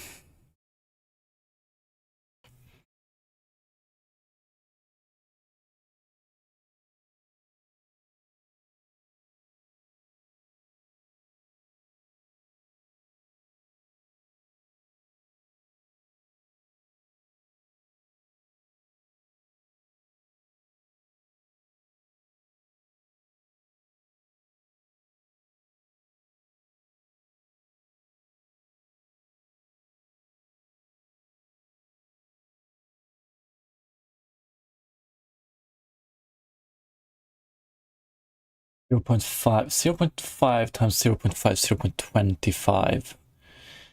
0.8 times 0.8. But I wonder what happens if we get to 1. 0.8 times 0.8. Oops.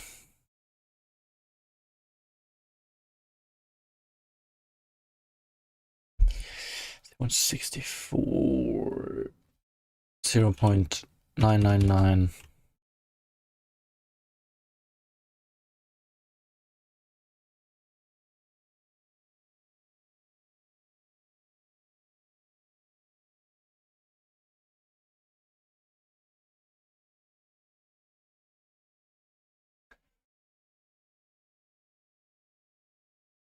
Just want to slow it a bit, you know. T.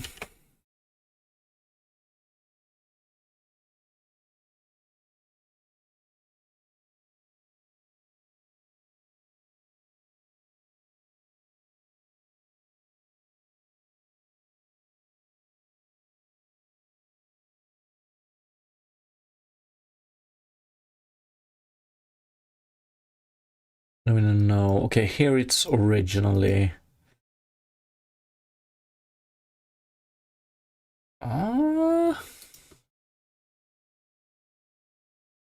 Let's do test. I want to use test.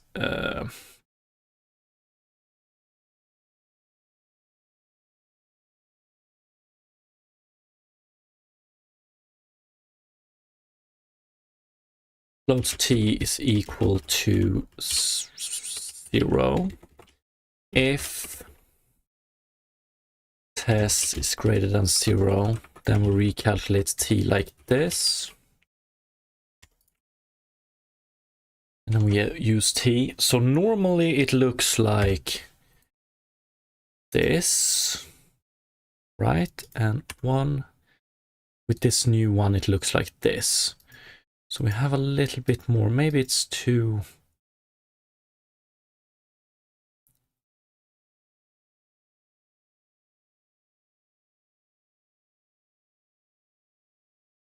Maybe it's too little. Here it's definitely better, isn't it?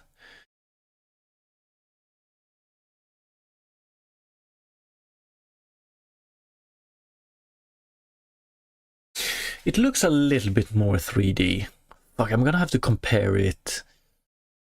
It's a very simple way to implement this fake 3D, but I think it does its job. We're gonna clean this up, maybe keep it around, and then we can try it with some real. How does it look in this way? So it starts to break here, of course. If we didn't have it, it would look like this here. Ah, no. Yeah, I think.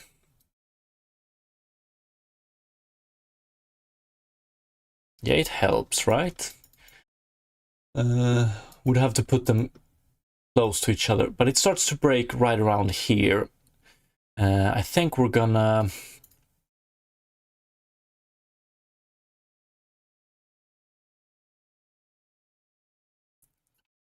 It's gonna have to flip somewhere. So here, I'm thinking, if we just stop it around here and then flip it here.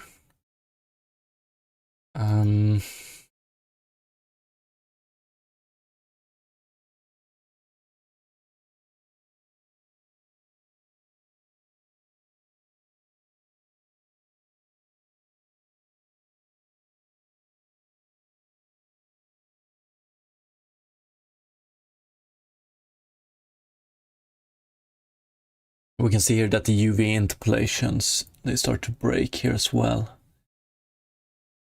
But this definitely looks worse because we are... we don't get any anti-aliasing now. The way we read the colors is fucked.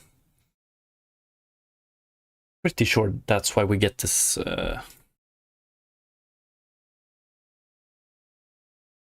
block. We still get it blocky here, but it's a little bit better. Faded. Some aliasing.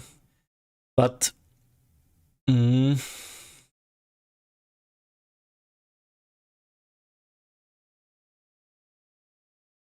starts to break way too much.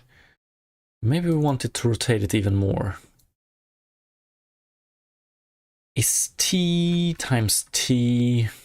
Is that too aggressive?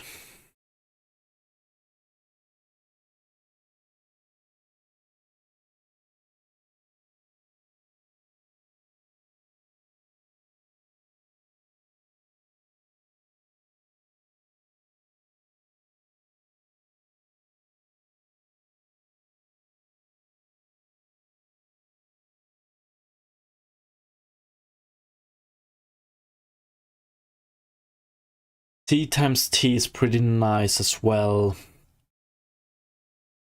Oh, we don't need to do this. We just use the dot product, actually. Ooh, could we do some very nice stuff here? I don't know. Maybe. We could just use the sign of the dot product eventually. I think, yeah. But T times T is... I get it. So, right around here, we have 1. So we get plane target normal.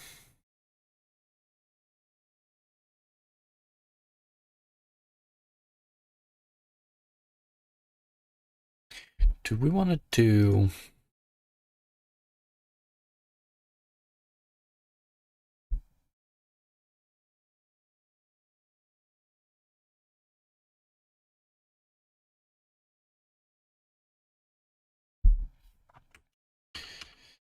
I'm just trying to make sense of this. So here we have 1, which means that we take plane target normal. But then we move closer and closer to plane original normal. It's almost like we move the other way around.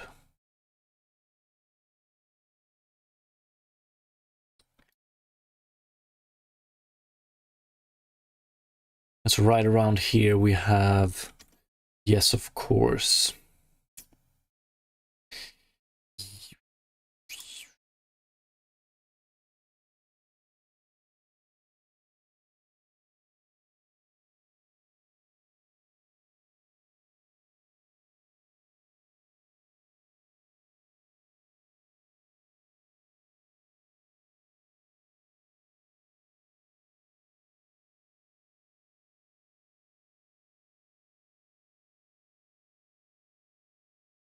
if we have 1, I want it to be plain original normal. And then I want to lerp towards it, but never reach it. This one can definitely be 0. Yeah, that's true. Fuck.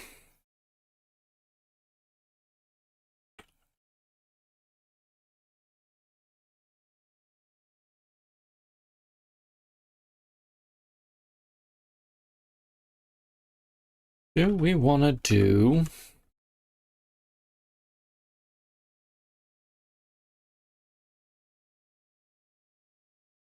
Does this make sense?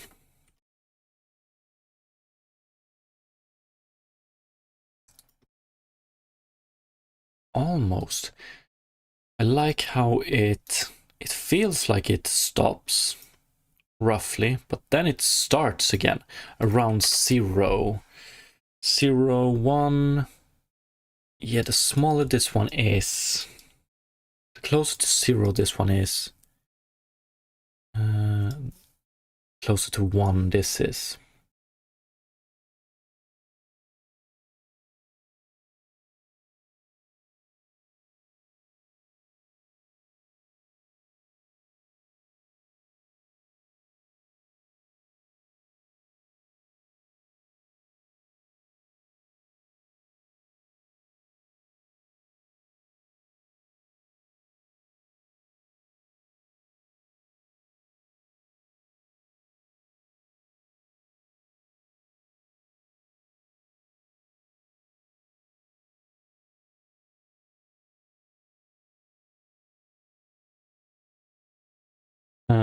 Okay, we can add a stop. We can do it like this. So t goes between 0 and 1. Minus 1 and 1. So let's just do t is equal to lerp. Inverse lerp 0, 1.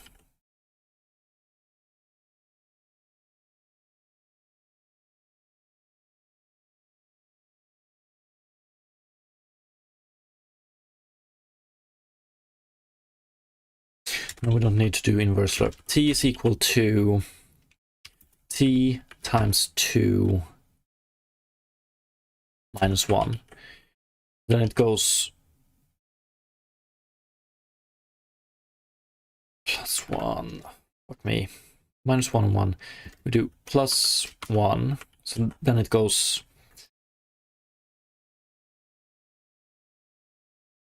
up 0.5. So then it goes from minus 1 to 1, and we transform it to go from 0 to 2, and then times half. So from 0 to 1.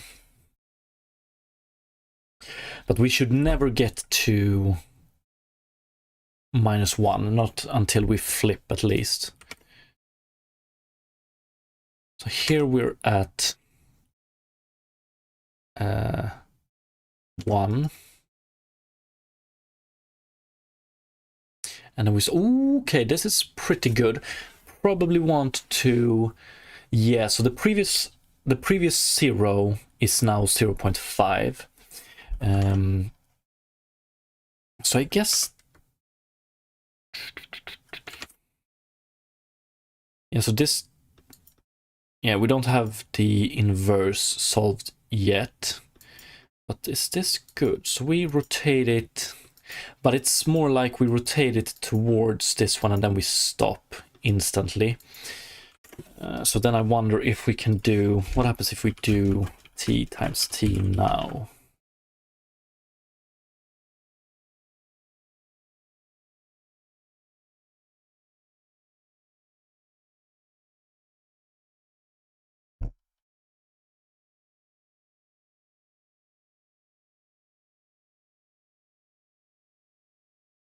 No, I want finer adjustment to this one. We need to calculate a proper function. I need to use my brain a little bit more.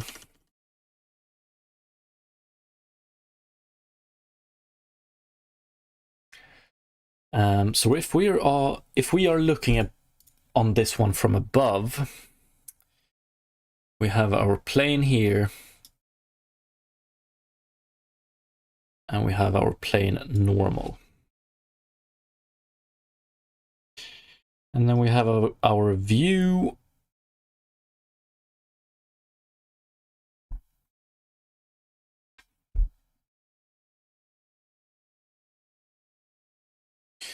Actually, worst case scenario our view can have is this.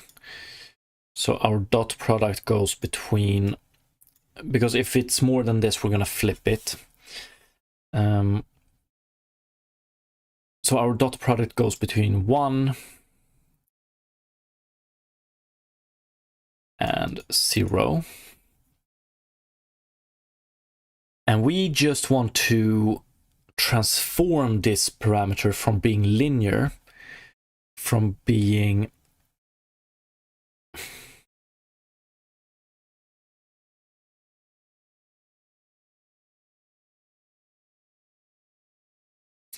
the closer to 1 it is, the more we're gonna put it.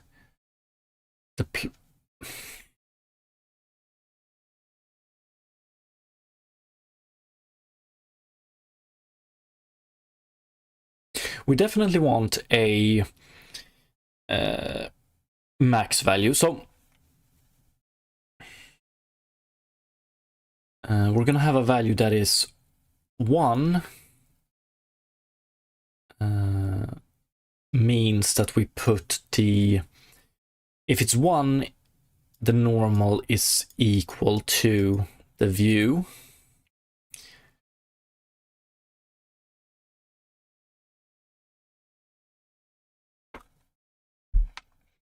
And then we're going to have a lowest value as well. So we don't go beyond a certain point. But that's pretty easy to fix, I think. So we just do it like we don't follow it beyond 0.2 maybe. But does it make sense to define this limit using the dot product?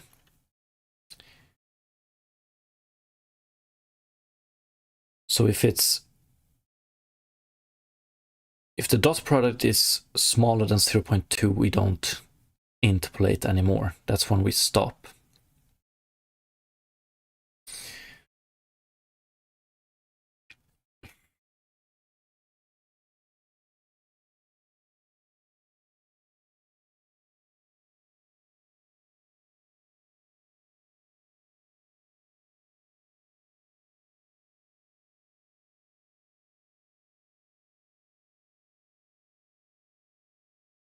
I want this one to follow this one, and I want the weight to be 1 initially and then decrease.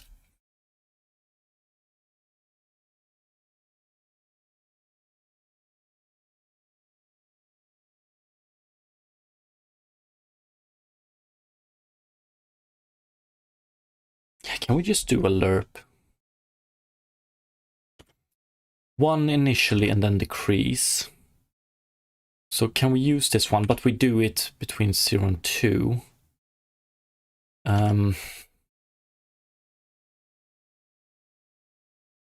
Okay, so T is our weight.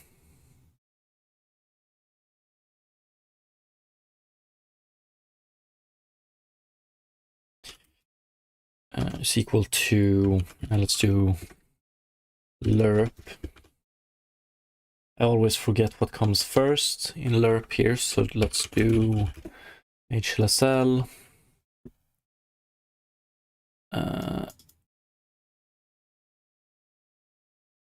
Okay, S is last. XYS. 0.21 T.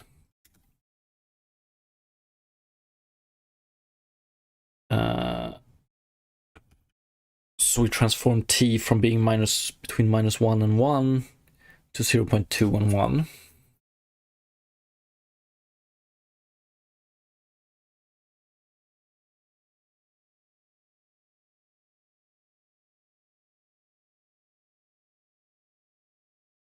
And this is our weight.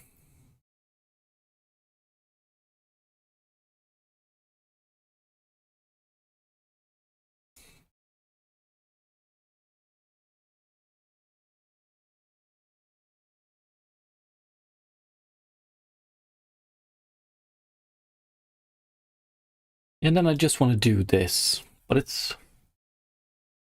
if it's 1, we're going to do this one. If it's 2, but then we still have a linear.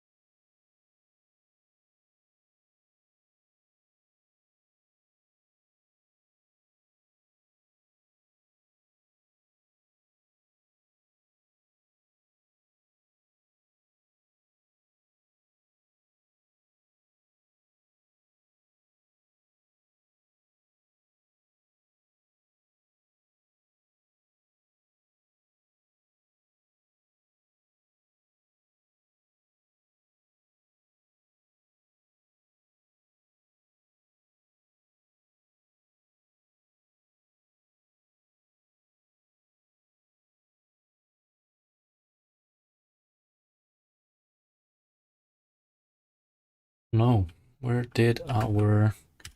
Does this one actually have physics attached to it? Sphere collider.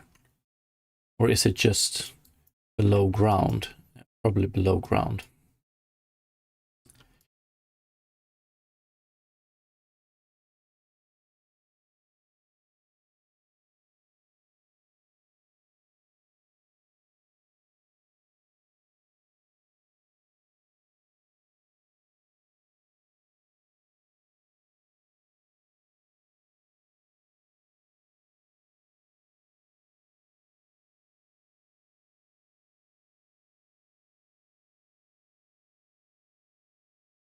Yeah, it's too linear in the beginning.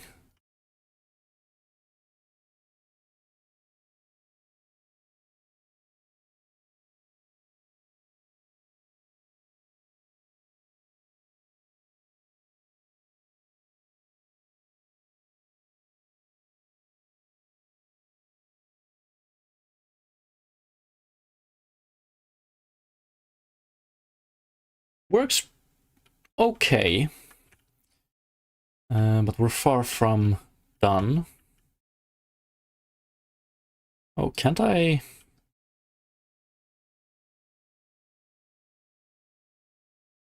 Okay, what have happened to our... Okay, this is not what I want to focus on now, but what's up with the collision of this one, or collider?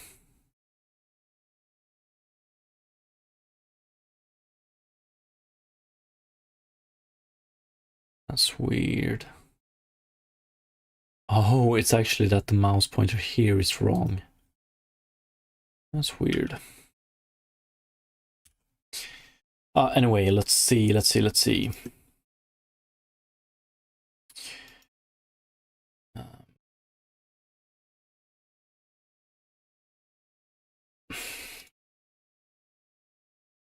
Oh, it's upside down as well, isn't it?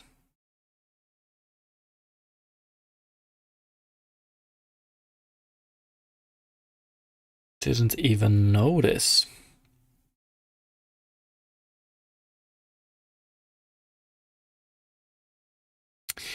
Anyway.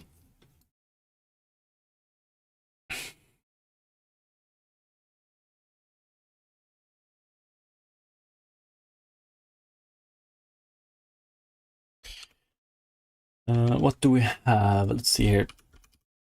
Tween.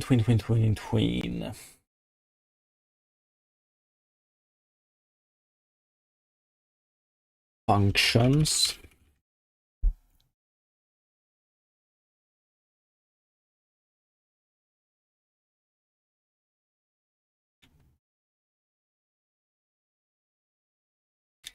Is it ease what is typically referred to as ease out?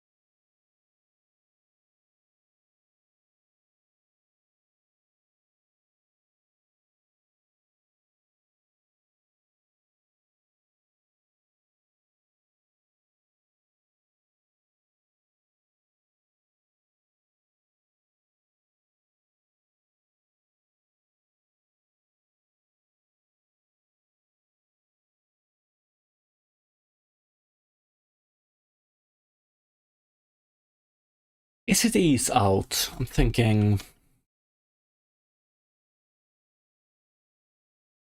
Hey, what's up, Vintrix? Welcome back. It's going pretty good. I'm having a hard time with the ease out solution. Like, I want this one to follow the camera less and less. I want to ease out the following until we don't follow it at all. I think that would give the best result. I'm just struggling with the math behind the ease out method. But let's see here.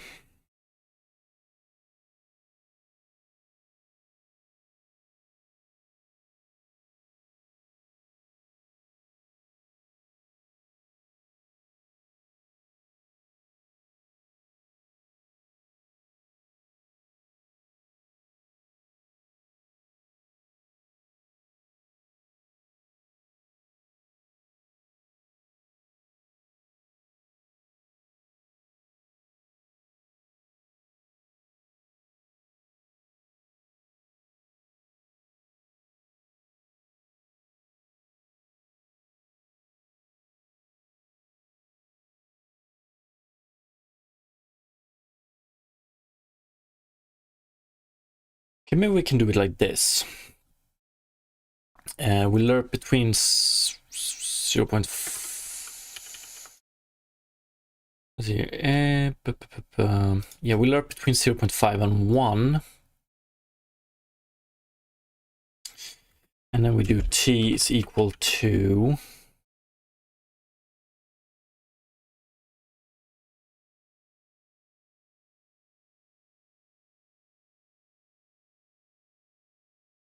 but this gives us a value between 0.5 and 1.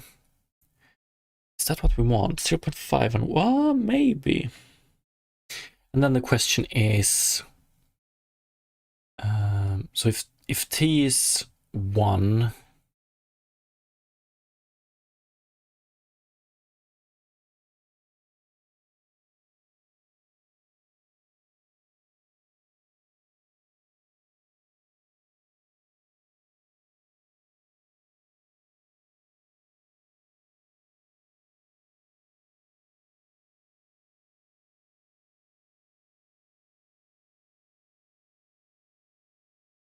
and we'll go 0 and 0.5. And then we do this, so that gives us a value between 0.5 and 1.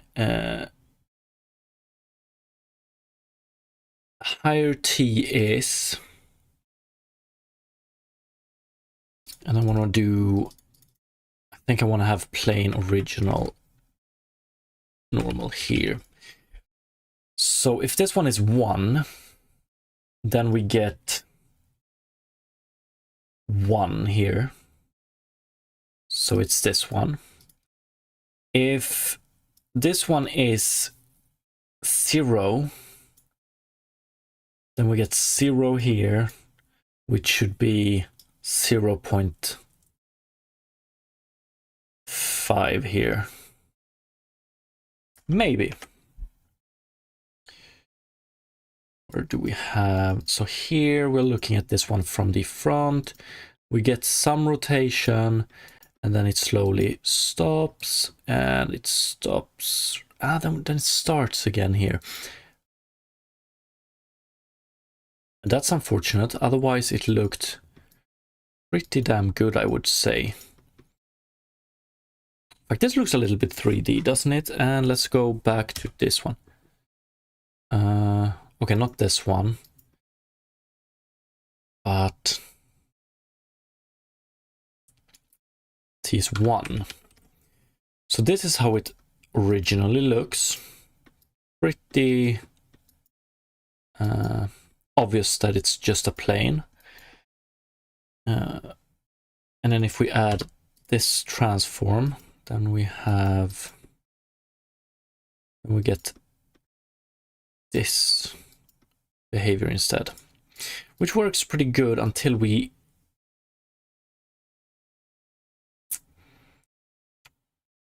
like here we have a value of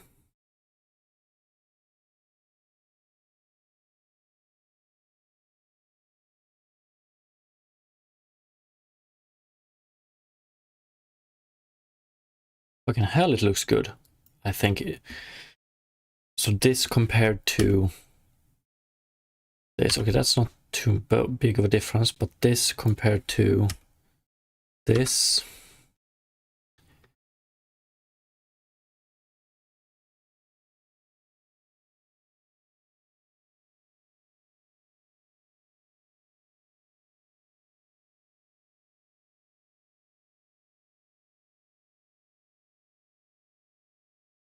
yeah, it looks a little bit more 3D, right?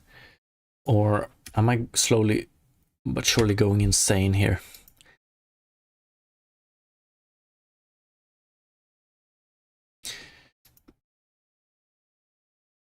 I think it would be way easier to check if we do this. Let's see. Can we do camera node? And we do sphere.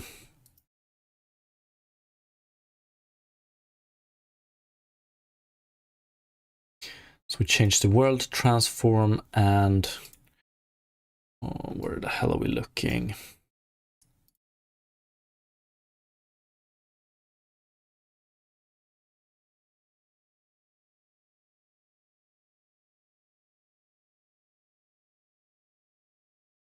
Okay.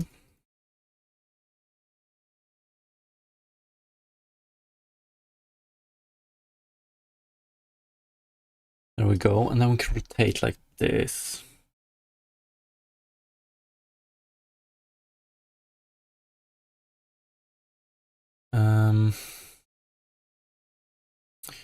So starting point, and then we rotate like, oh, dude, it's fucking beautiful, I think. Minus 180 compared to if we don't have this 3D effect and we rotate, then it looks like this. That's pretty obvious 2D plane inside the sphere. And then again,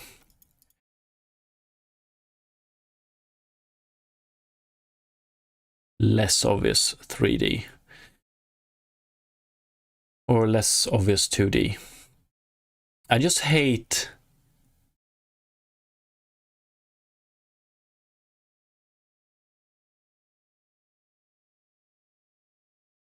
would probably need a comparison side by side.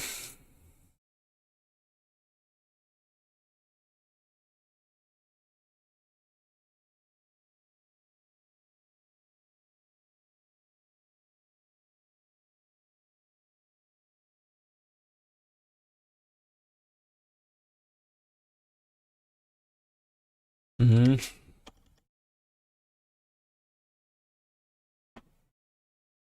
Um, Clark King, where can I share your link? Yeah, Discord is probably the best way. YouTube, my YouTube stream, we don't allow links there currently. That's just out of the box YouTube stream rule set. I think I sent you a message on Discord. Let's see if I can open up Discord. Yes, let's see here.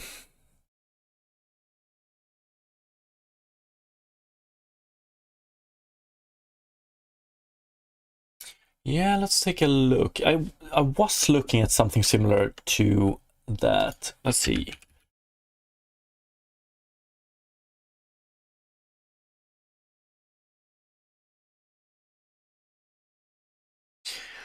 Easing functions sheet.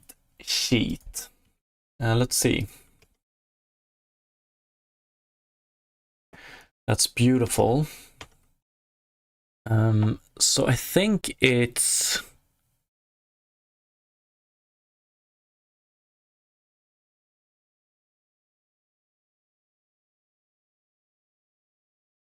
I just need to convert this one to Vintrix, by the way, that's awesome. Yeah, I think it looks good. But we're going to improve it a tiny bit. We're going to make it more controllable.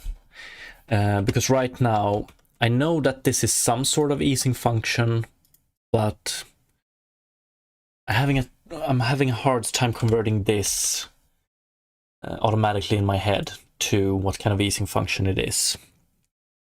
Clark King, click it, it has details. Yeah, I assumed as much. I just want to figure out which one I want to go with first. I'm trying to...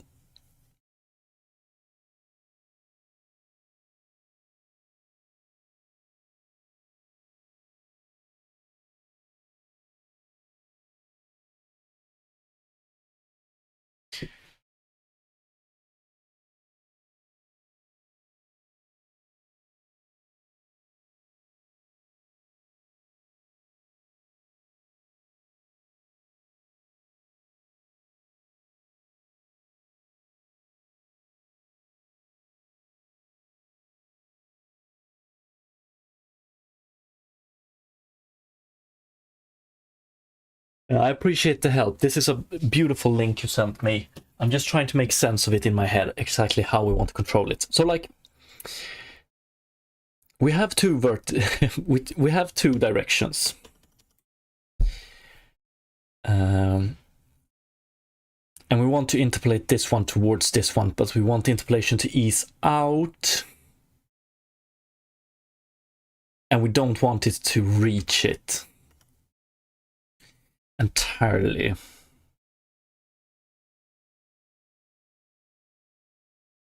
Ease out quart.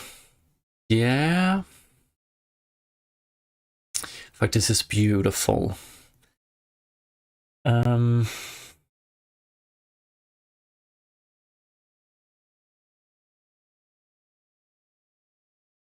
Love it.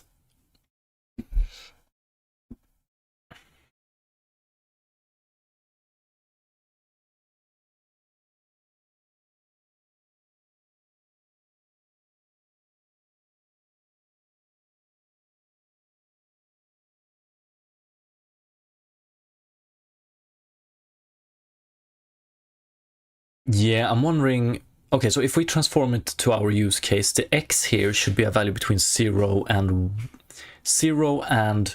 how close we want it to be. Okay, so I think I want to do it like this. Plane, original, normal, plane. And then we do...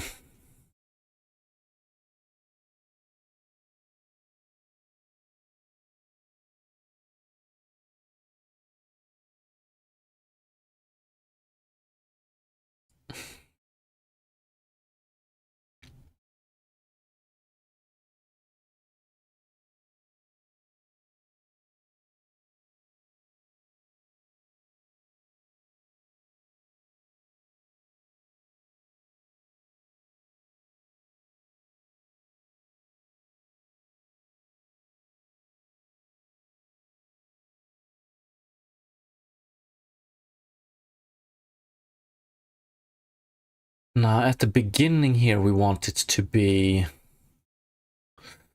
Okay, I get it. Yes. What the fuck do I?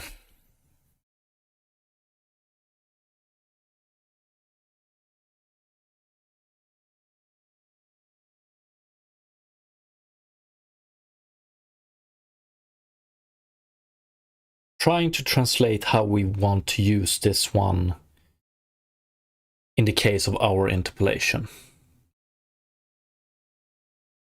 Vintrix, I love curves. So do I.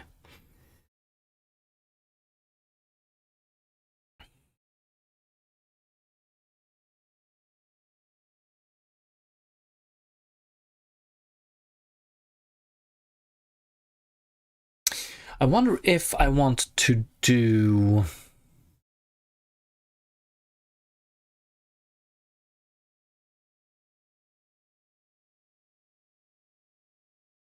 Does it make sense if we use this one? We set x here is...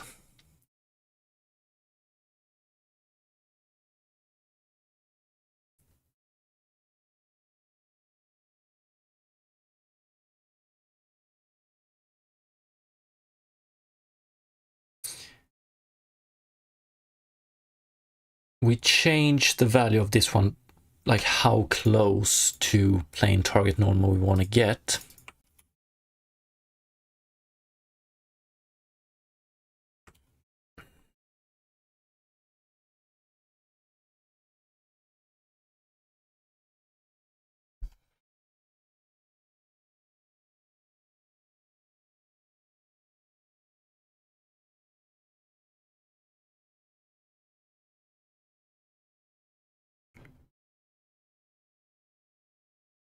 Why can't I make this make sense in my head?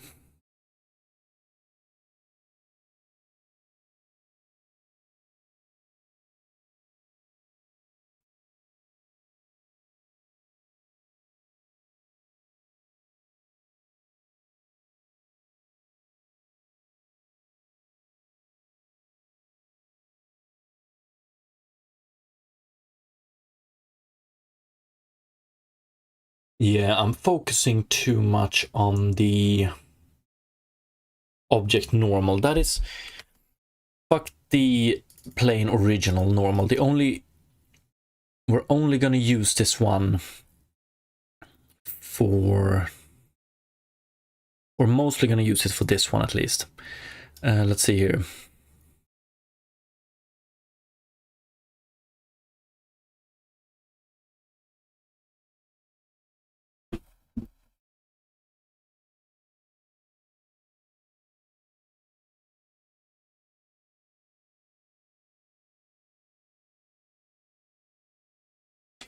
Yeah, I'm wondering if I want to do it the other way around. So I've always assumed this is the target normal, which it is, but like I'm wondering if this is the one.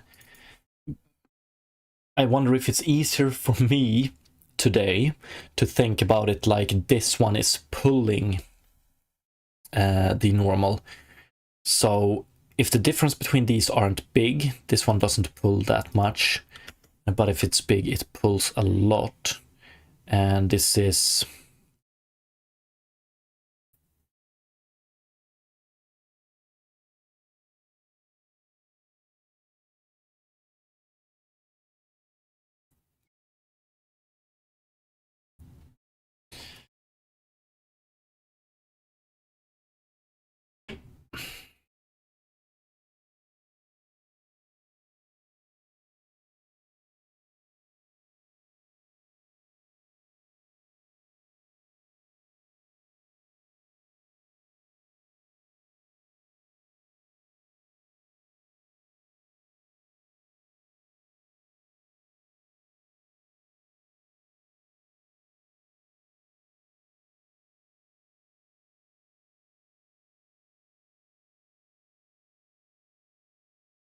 okay, yeah.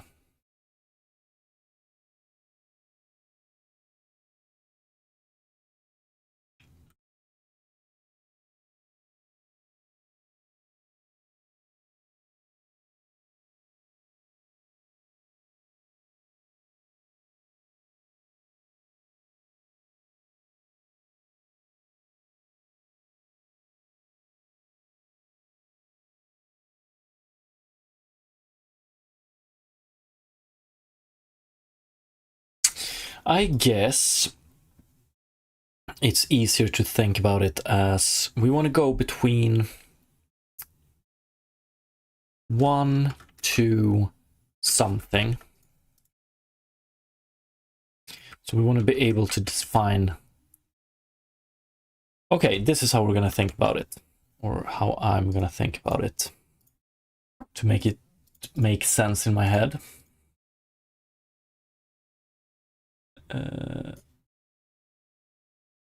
Imagine loading a DOM to have CSS.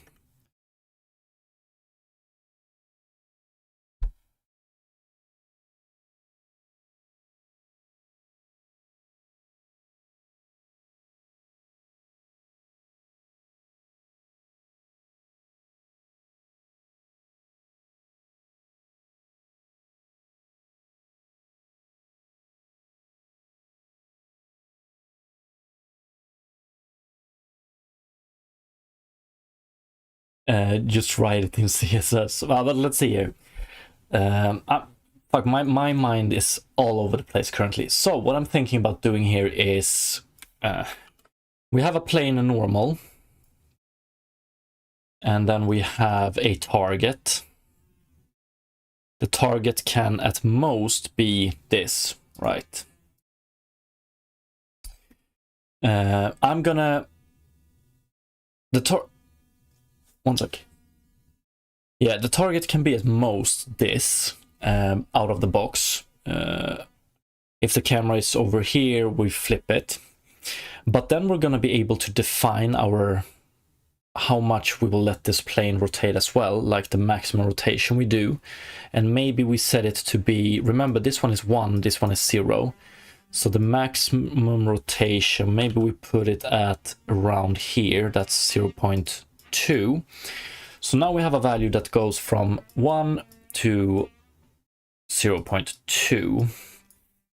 It's easier to think about it the other way around as well. So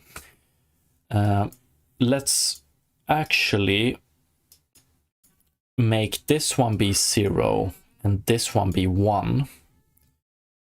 And we're going to do it by...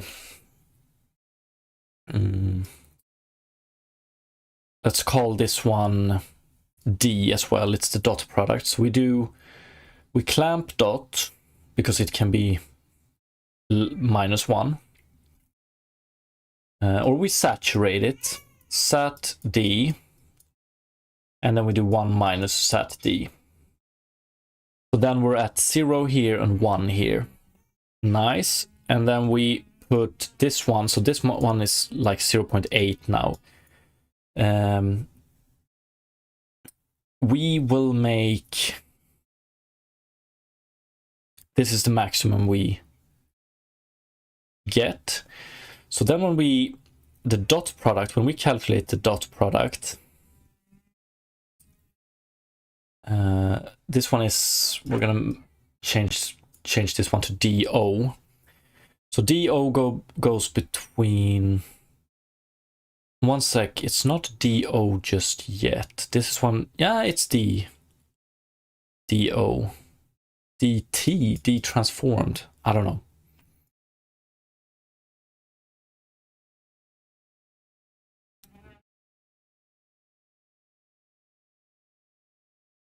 Yeah.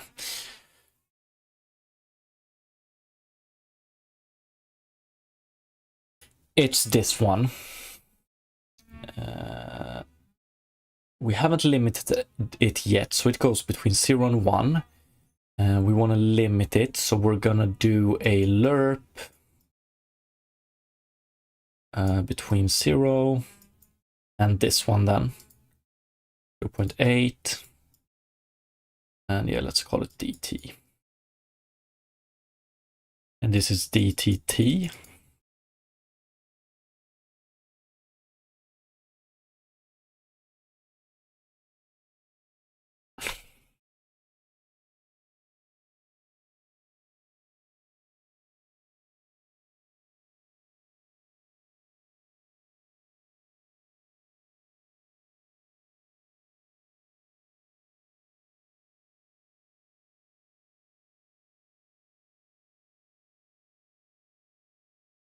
No.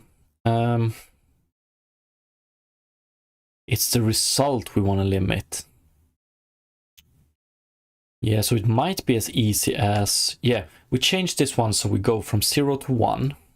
Fuck 0.8 here. We just transform it so 0 is here and 1 is here. And that's what we insert into the transform here. So then we go, instead of going linear from 0 to 1, we get this nice curve.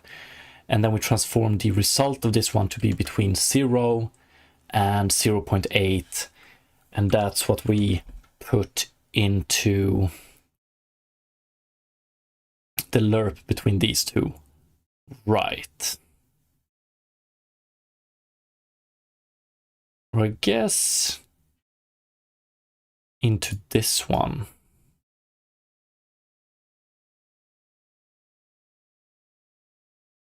We have to take into account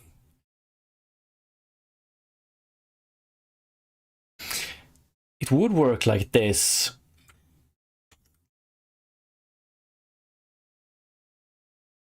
If we always compare to the maximum. Or if we always interpolate it with the maximum, but maybe we can do that. Eventually, I'm always so paranoid that some functions may be frame rate dependent. I also used to be, or actually I still am.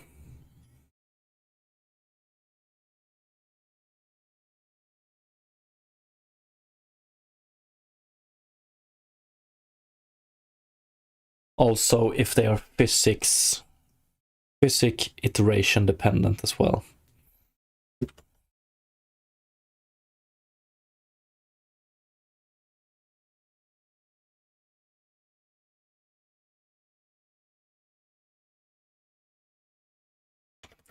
Okay. Is my math finally correct in this? But if we do it like this, worst case scenario, we need to have the worst case scenario. So we just change this one to 0 and 1.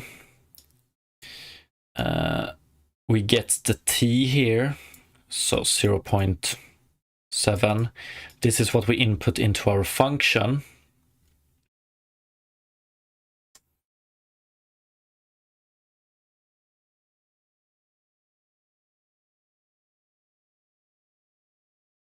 And then we limit it as well.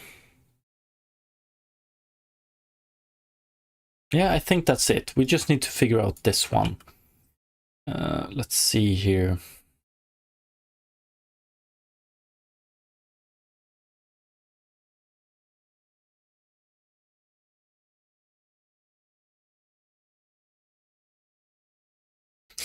But then again...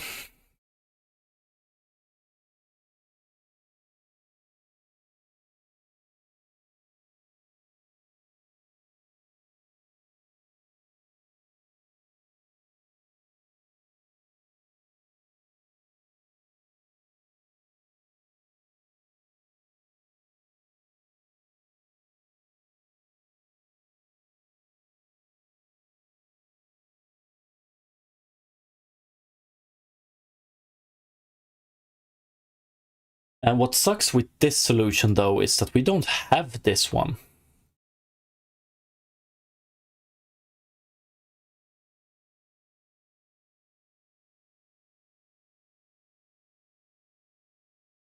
We can calculate it, I guess.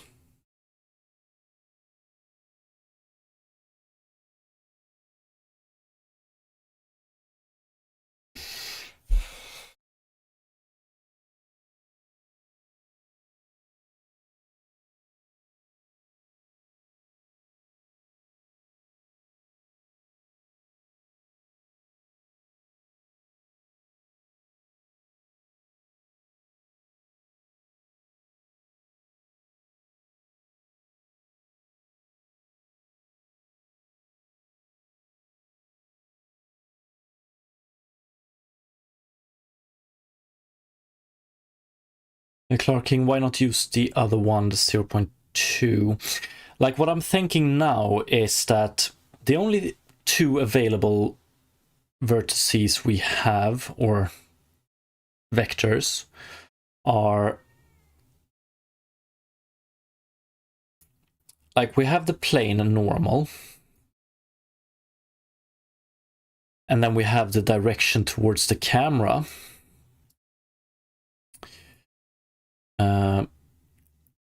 These calculations I did were, we pretty much base these on having access to this one, so we can make a nice lerp. So this is the end, this is the start. But what if the camera is here, then this one should be our lerp end. And then we haven't even taken into account 3D space. If we, as we did previously, use this one as the end node, so plane, normal, and view direction. So previously we have always used these two, N, V. V is the end, N is the start. And now when I thought about using these, we did this as if we had access to these ones, but we don't. Like this one moves between frames, or depending on how our camera is. So our end vertex in the lerp calculations, it actually moves. It varies.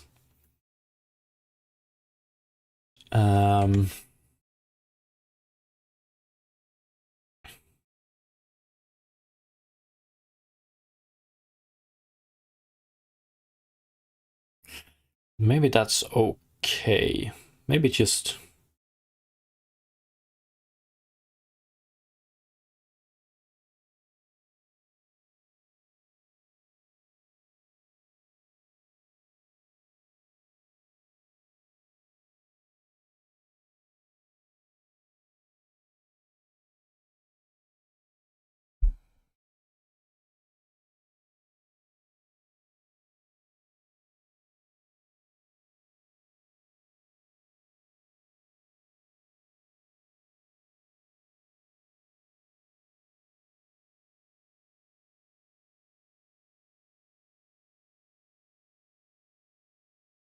So it's like we do this. Let's take this one.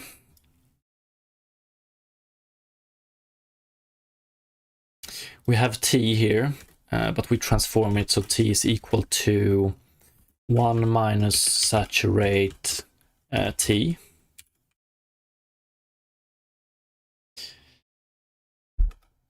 And then we do, so now it goes between 0 and 1. 0 up here, 1 here. And then we calculate it like this. T. So now we have a nice, instead of it going linearly from 0 to 1, we have this quadratic curve.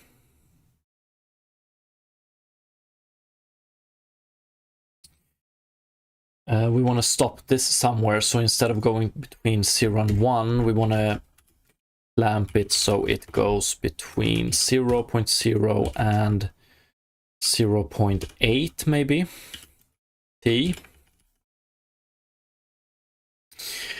And then we want to use this t in a lerp. And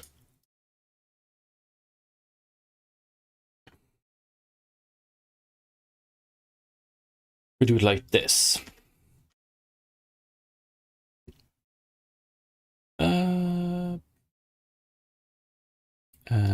Yeah, math. How?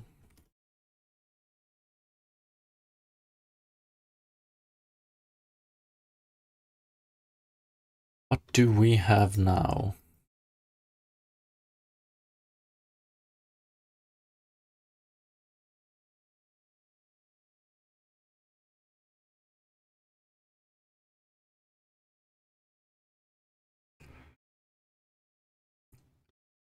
Fuck, did I fuck it up?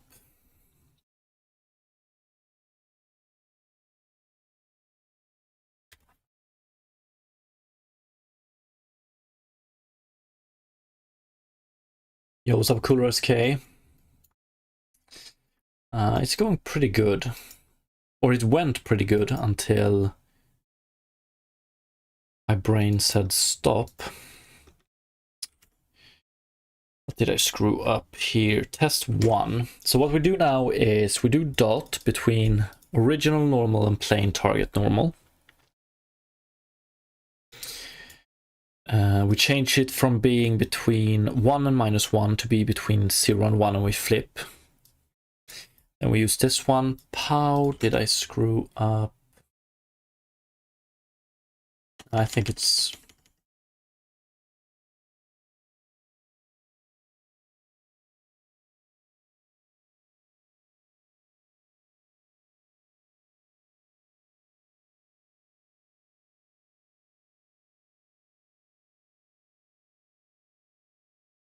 Yeah, exactly. I think it gets screwed up because our plain target normal is our end.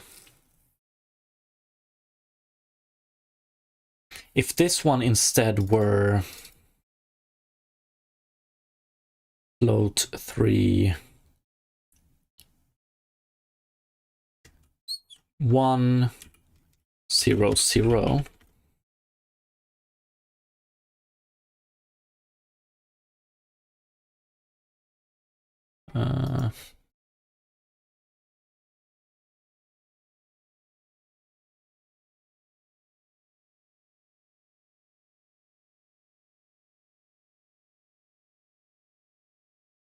actually we get the opposite.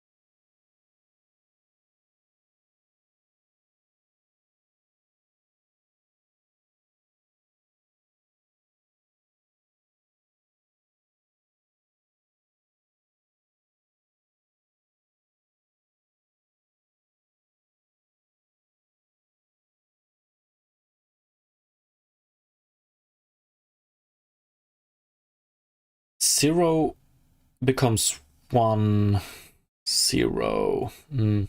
Is it the last lerp that screws it up?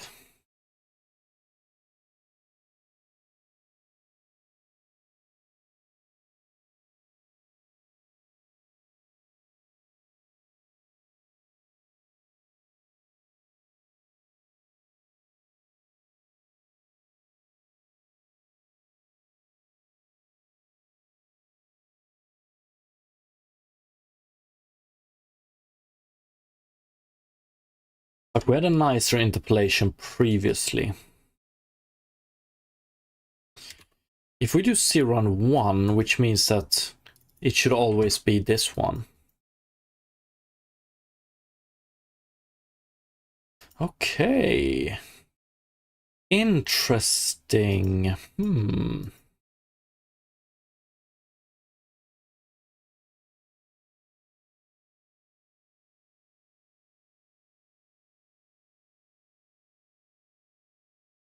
0.5 is way too much. Okay, we have to take into account that it depends on, yeah, the camera view. 0.5.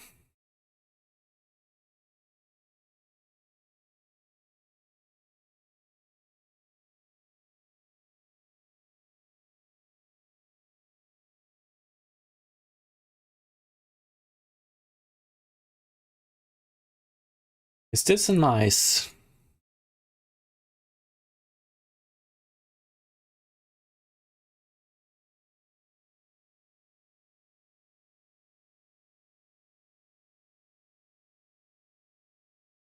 Fuck, do we...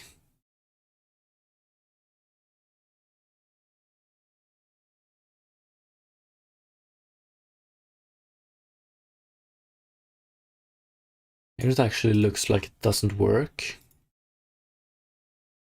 But it does.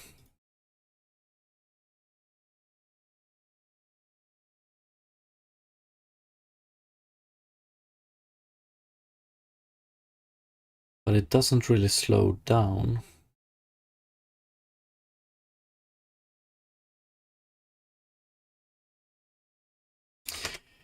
It just looks like a linear interpolation.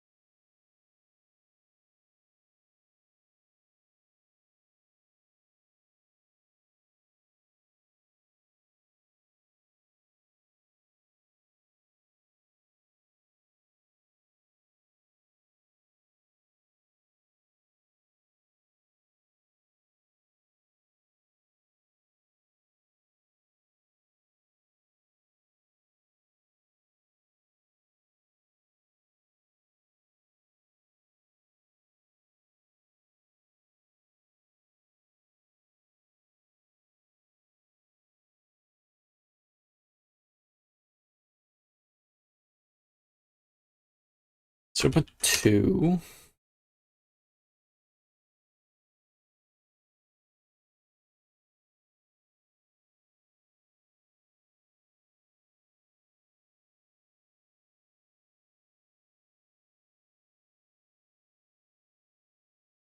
So 0.4.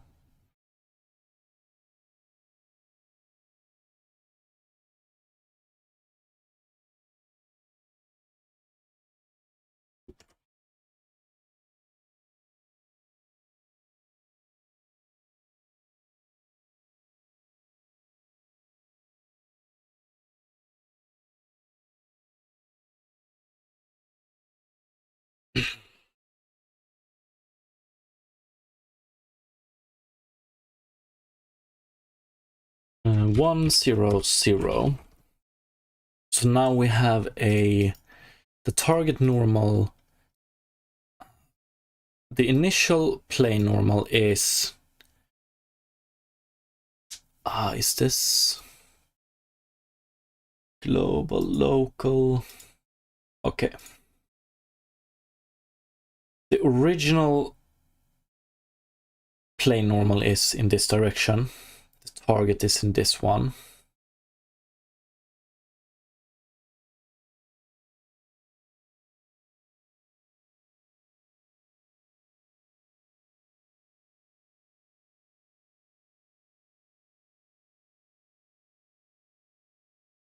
Don't get this at all.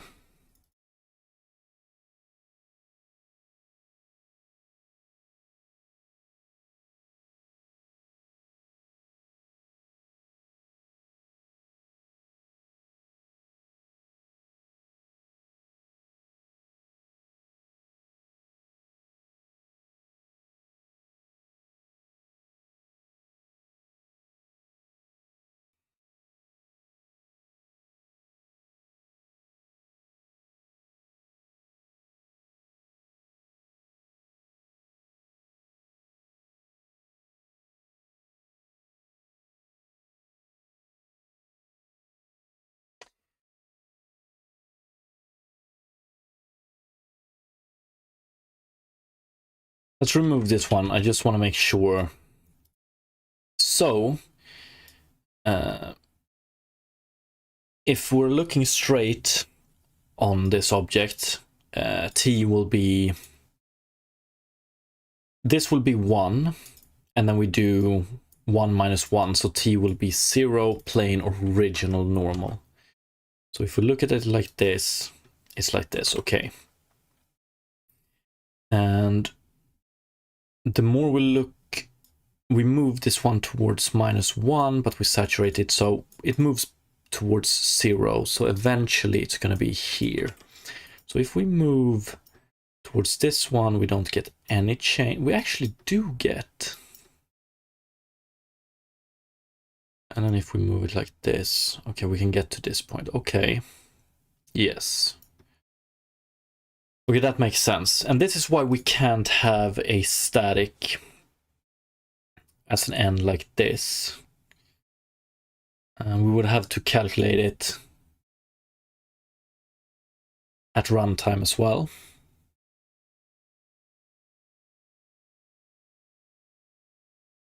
Eventually, I'm just walking for 10 minutes around with my IK character and don't do anything. But that's a great feeling. I like that feeling when you just play around what you yourself has created. Fucking rocks, man.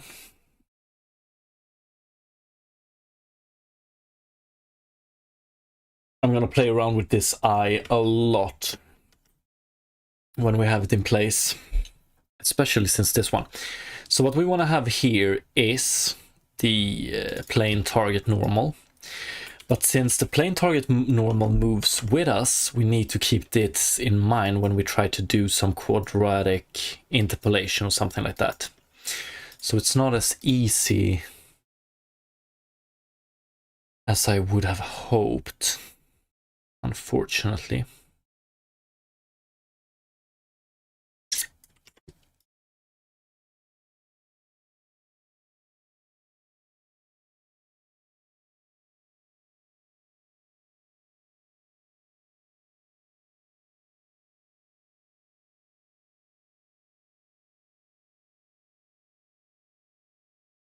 Vintrix, do you think someone has already made a marble shade like this in this lifetime? Definitely.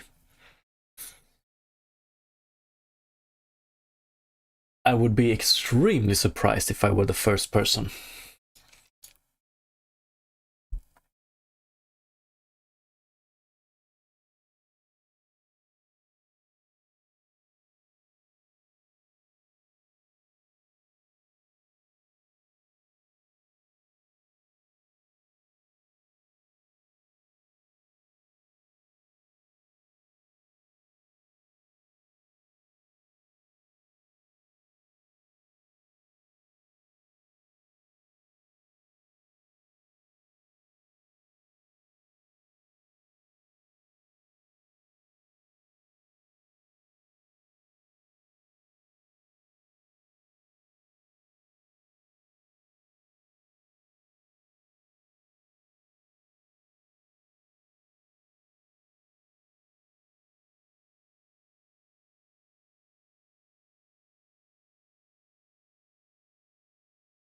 Yeah, send a link on Discord and I might check it out. Don't know if I have the time now though, but...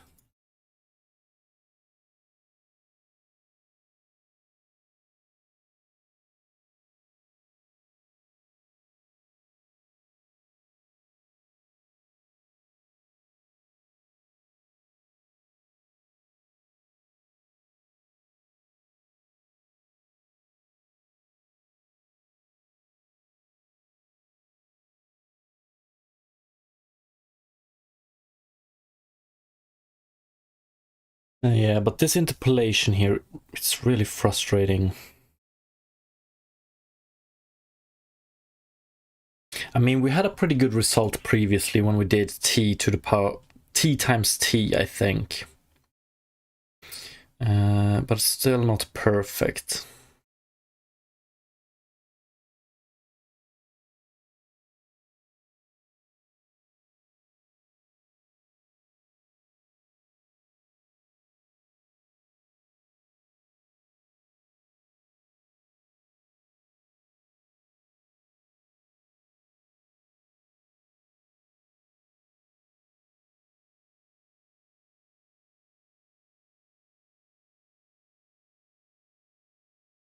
But I'm stupid, I think.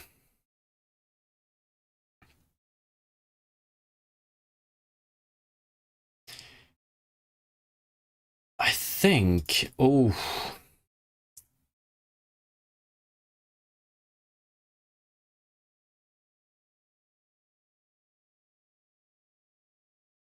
maybe not. Apukas, my girlfriend, came up with the idea of doing Cozo horror game, a second person type of you're looking through the dog eyes, so it's following the main character which you control.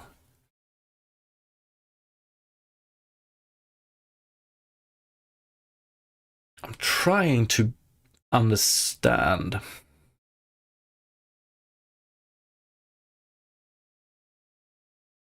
So you control the main character, but you see him or her through the eyes of a dog.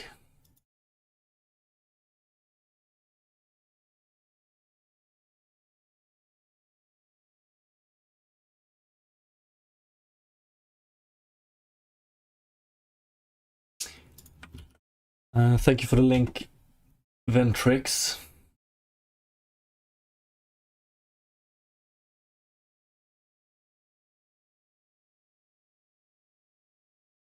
Looks fucking great.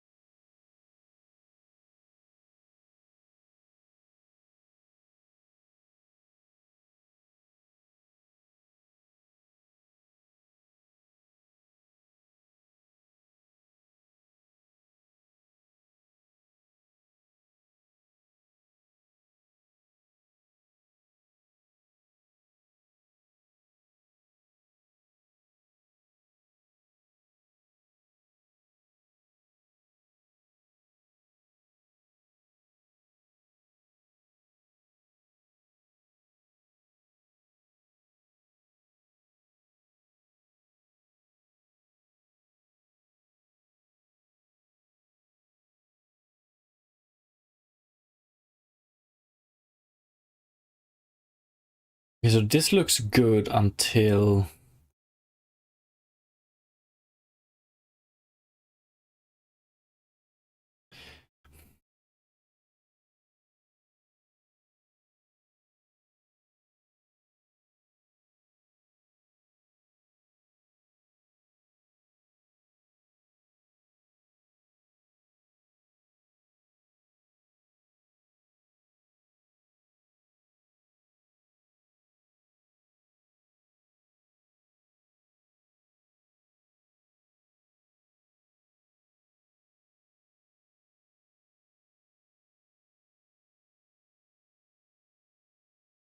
Didn't we get the best result by doing T times T?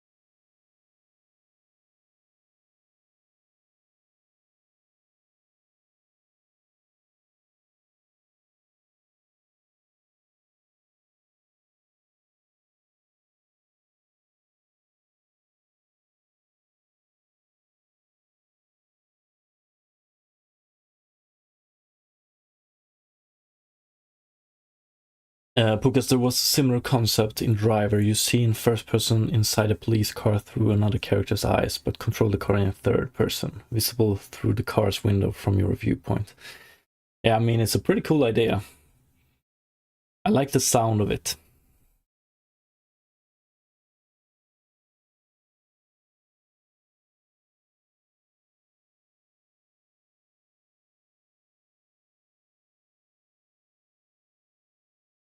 It's not that much of a difference. We actually got the best result if we did 1 minus E. What was it?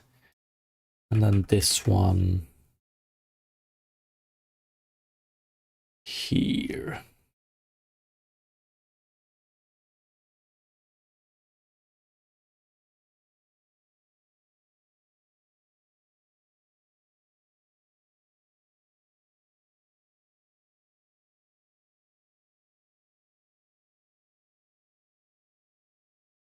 definitely move with it too much if we do it like this.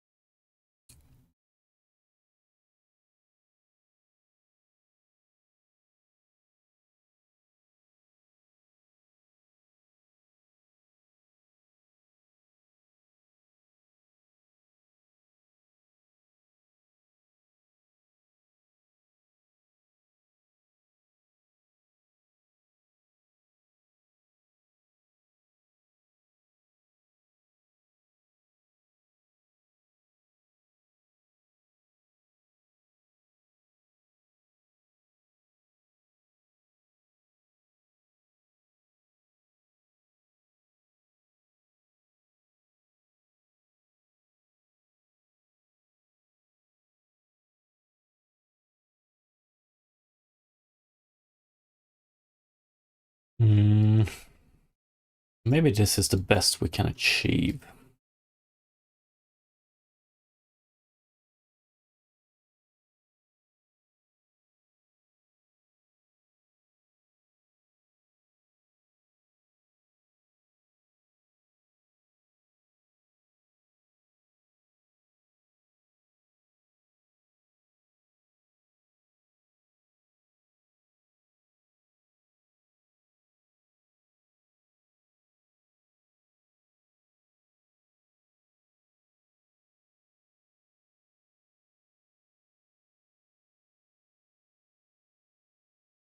Moves a little bit too quick.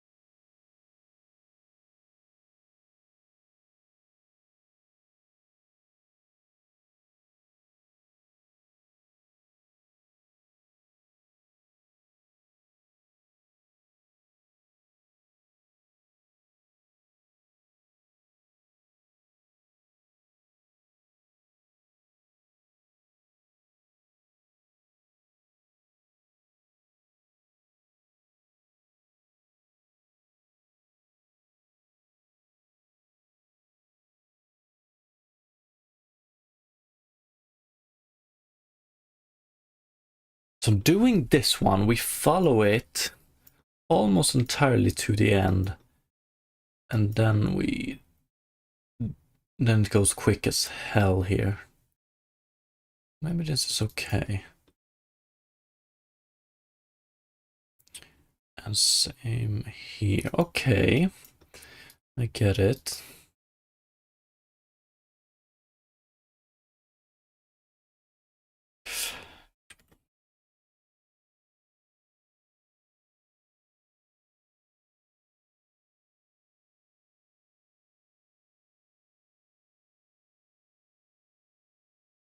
Cubic.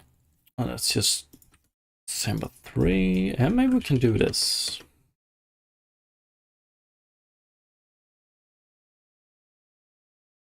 I guess my only...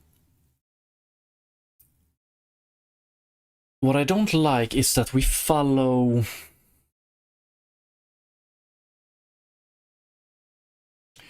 We follow it too much too early.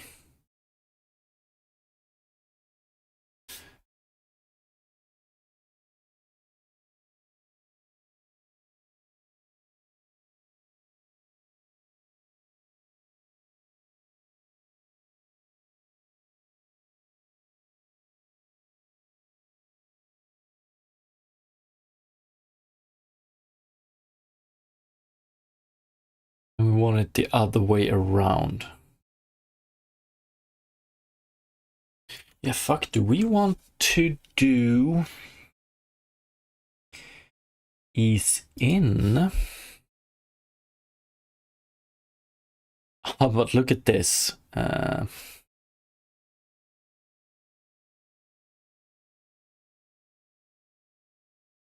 Not this one, but ease in.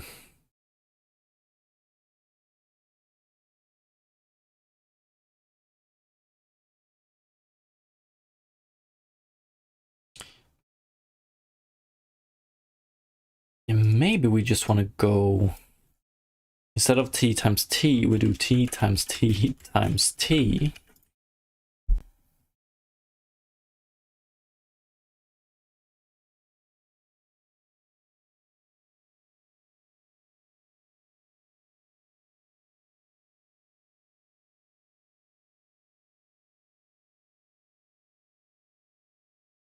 I don't know.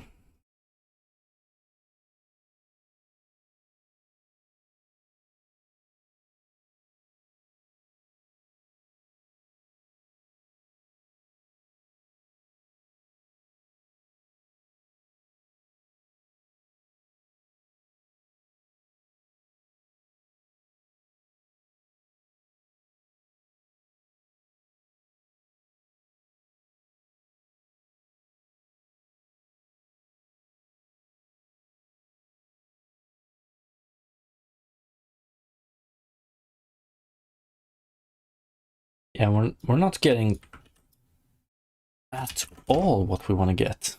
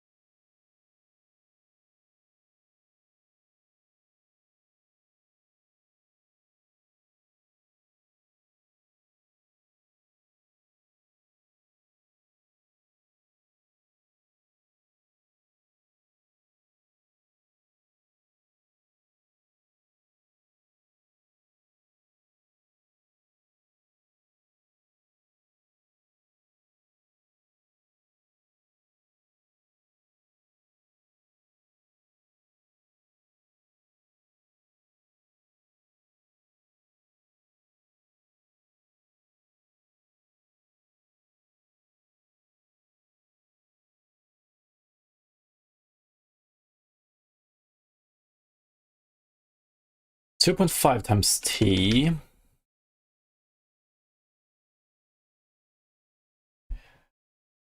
That would give us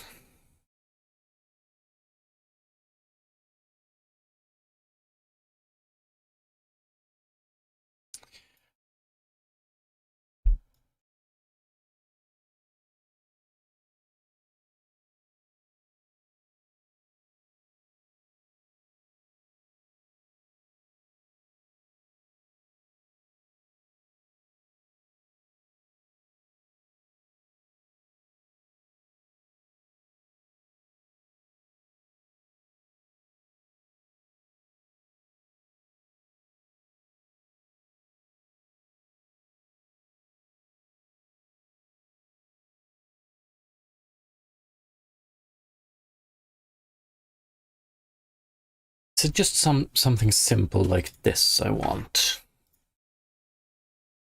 If it is.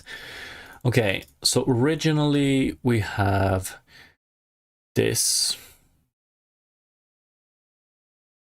You can see the plane.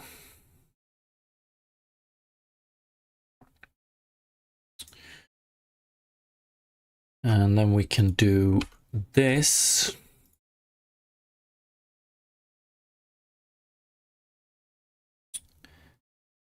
I don't know, we move a little bit slower, but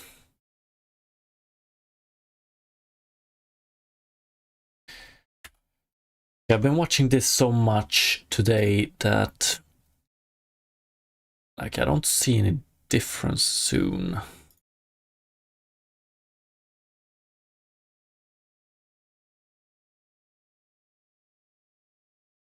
So this opposed to this looks better, doesn't it? 0 if we move here, and then we do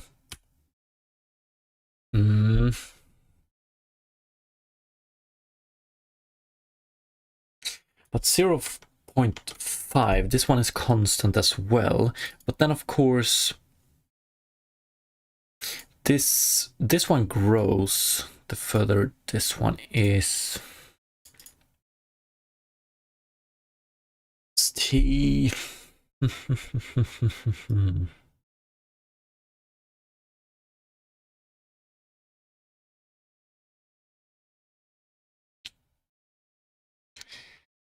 I would have to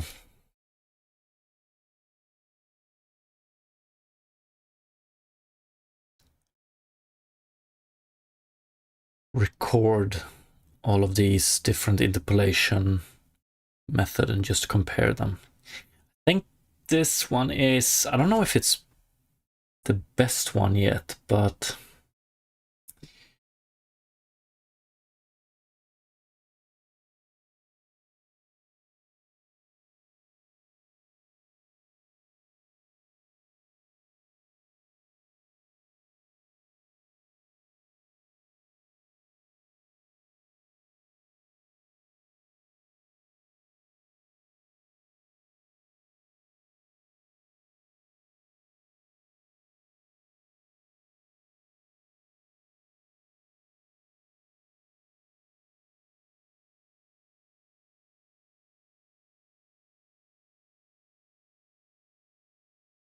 that's definitely better than fuck. Do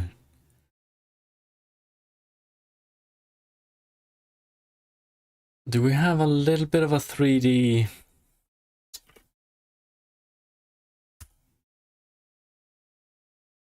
This one actually looks pretty good without any different interpolation. It looks okay, I suppose. But this one looks a little bit better, doesn't it?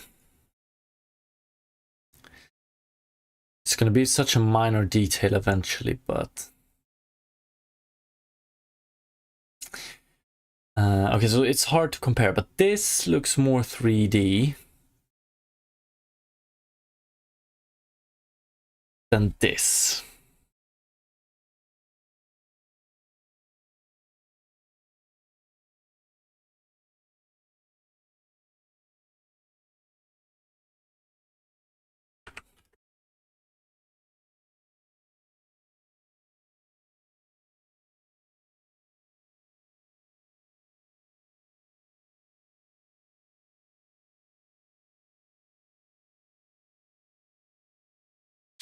Yeah, I think we have some parallax. Yeah. This one is better, isn't it? Yeah. So much work going into something that is going to be extremely small eventually. I'm wondering what's going on with my pointer here. Why are we having a visual pointer issue?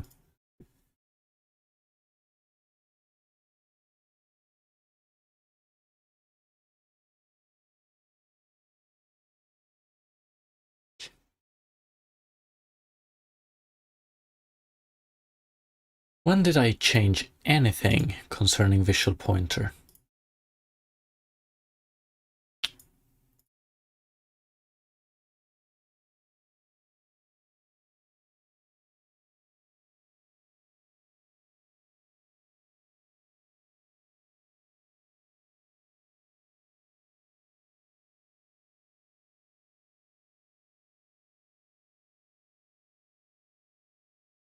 Oh yeah, never mind. But didn't I move it? I did something with it. Pivot point. Oh fuck, have I fucked this one up? Yeah, there we go.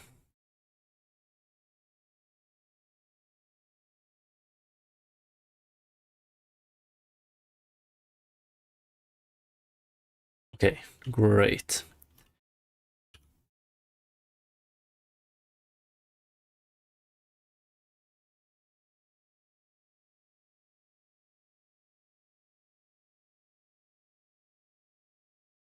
I mean, the more I look at this, the more just this looks like some creature. Actually, it feels a little bit sad that this isn't the creature. It's just the eye of the creature. But yeah, we have some parallax stuff going on here. I think it's okay as a first iteration. I definitely want to see how it looks.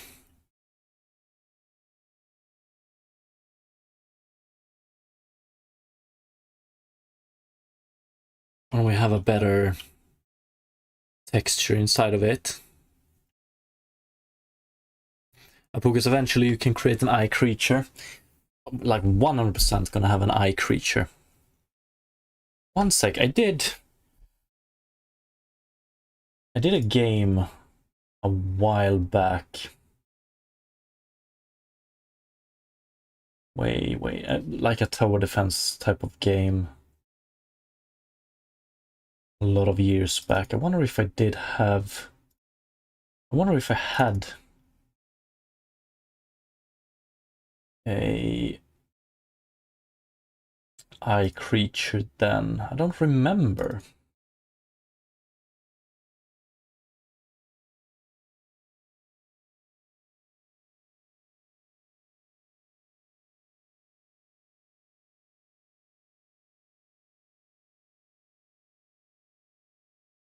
No, I didn't actually. Yeah, so maybe this time around we can have an eye creature.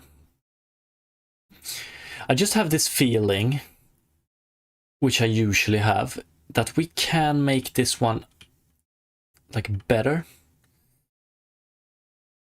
But maybe this is good enough. It looks a little bit 3D, doesn't it?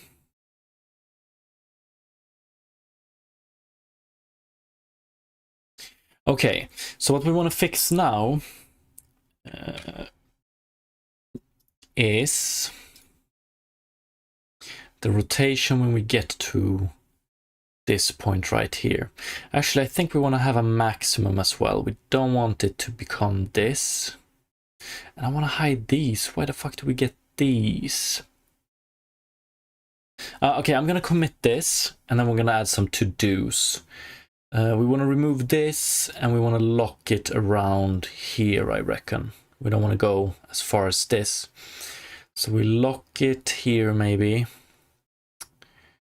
And then when we get to about here, we flip it. And then we continue. I mean,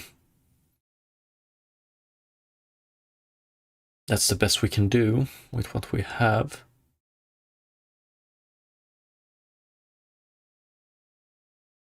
Fuck, I also hate the fact that if this one is constant, it doesn't feel like we're slowing down.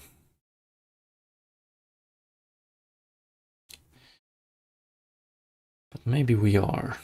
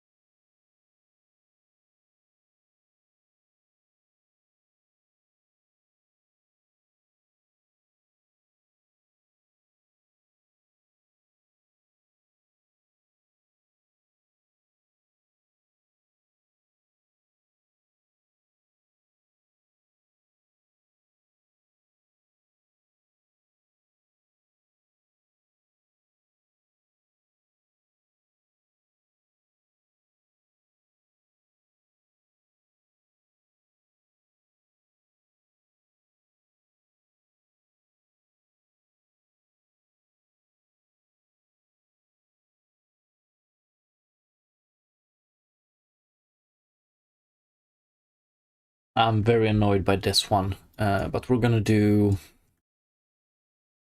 let's see, we're gonna do it like this. Float 3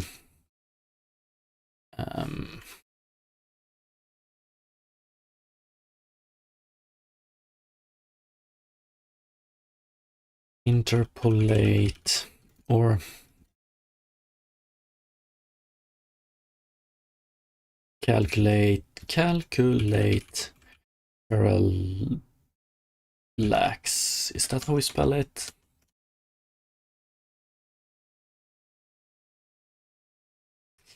Yes.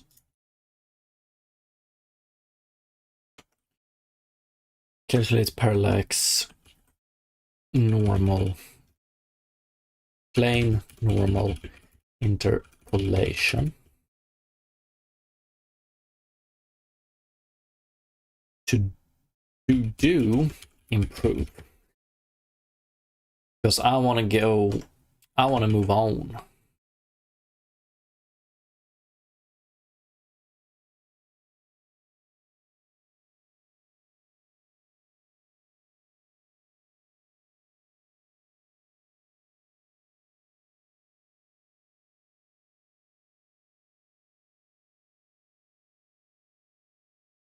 Now what?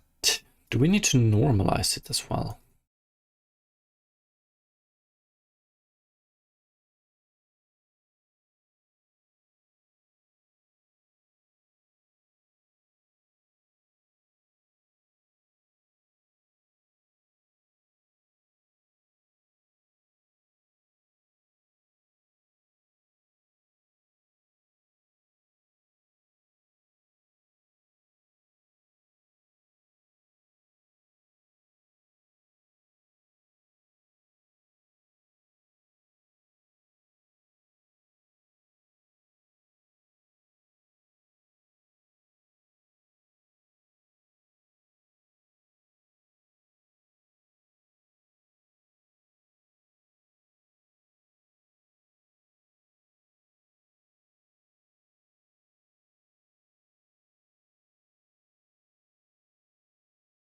Okay, so we do it like this. Yes.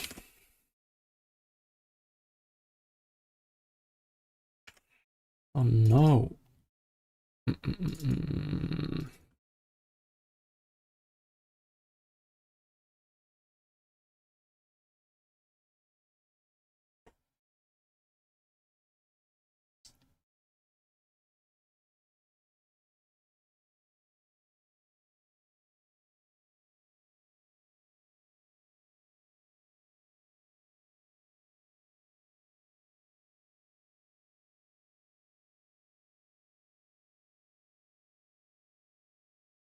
Okay.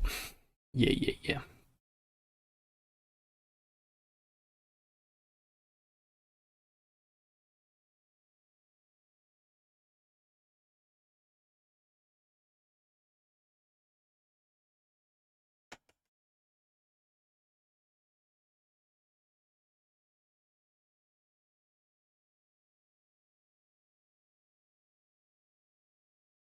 Yeah, I'm gonna commit this real quick. This one, fuck, we want to wait with this one, I think. We know that it's possible, but we're gonna wait with it.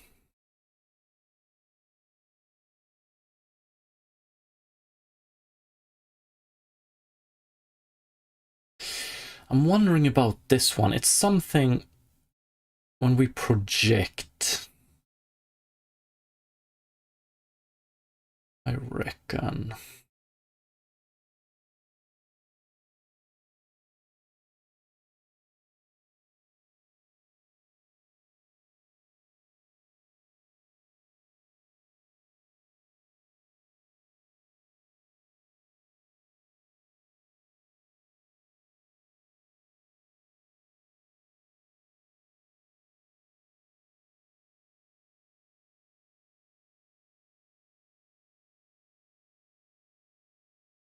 Yo, what's up, bot? And welcome, even though you only catch me at the end of my streams. But to your question, is it supposed to be a plane in a sphere that is billboarded to the camera, or a static plane that is refracted, or something else? Think we're trying to do a marble shader.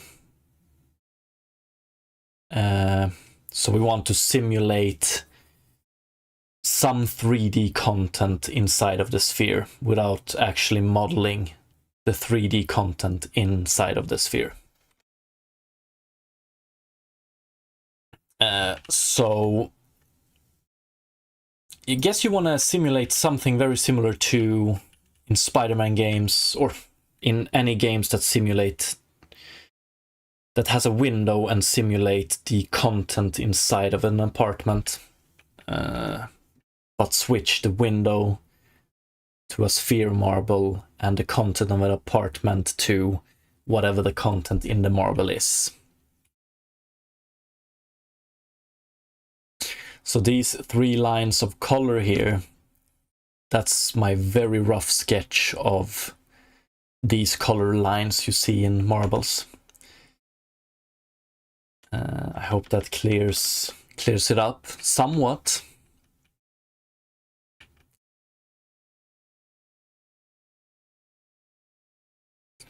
Okay, I'm gonna commit this, and I want to get rid of this artifact. We're gonna write that down because eventually, unfortunately, I need to run soon. But we want to get rid of this, and then we want to fix the flip here as well. So instead of having it, we want to lock it to about here, or maybe even here. So the more we move here, it's just going to look the same, and then it's going to flip. Wonder if, yeah, I mean, if we lock it to here, this is no longer an issue. But I want to understand why we're getting this, and if we can remove it in some other way than locking it like this, okay?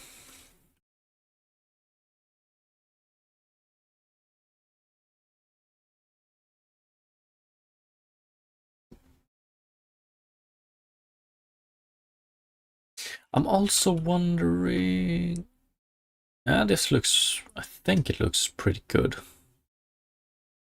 I mean, the illusion breaks eventually, but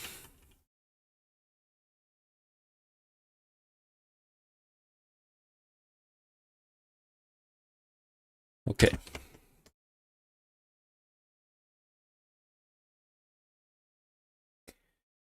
And so this commit pretty much just adds some parallax, improves it just a tiny bit.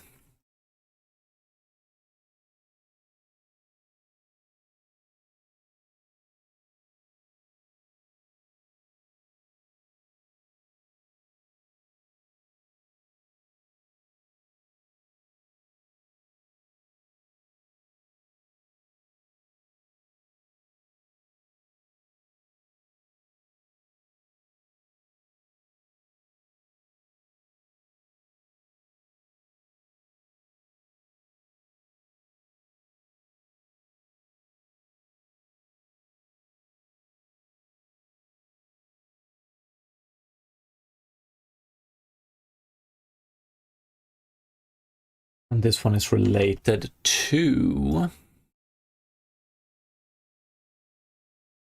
198.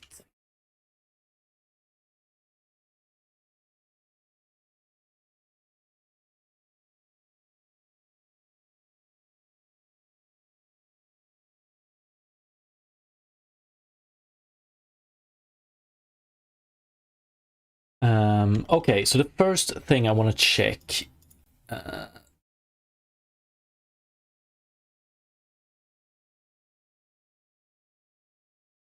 we place a plane here, and then we raycast and check intersection with the plane, and that's what we base the UV on. This issue though, let's output the UVs of this sphere and see what it looks like here. Initially, I thought it could be something related to having bilinear here, but we switched this one to clamp.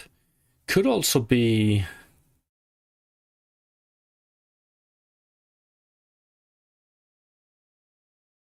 Could still be like MipMap or Aniso related, possibly. But let's see what kind of UVs we get.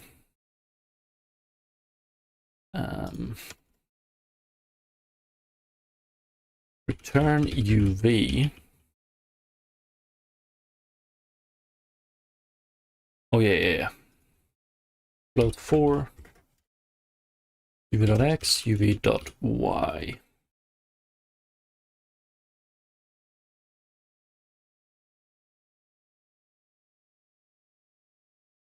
Huh.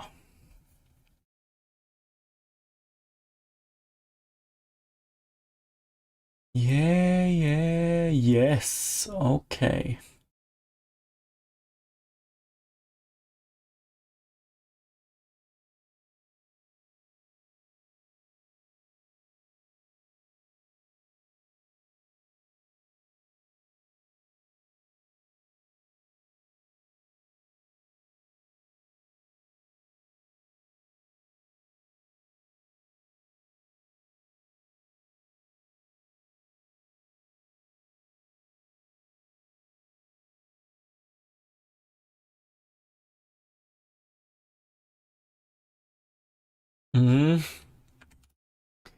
So we get this infinite plane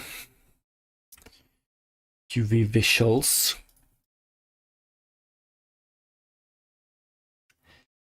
Inverse lerp 01, maybe.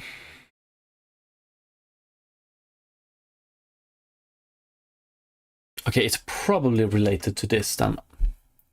What do we want to do instead is my question.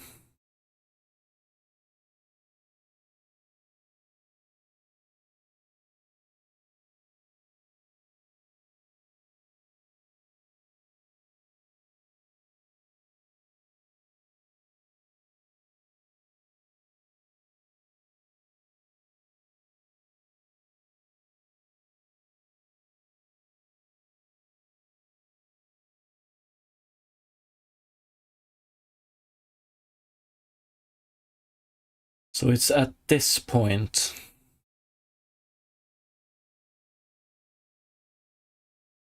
But why? So this visually tells me that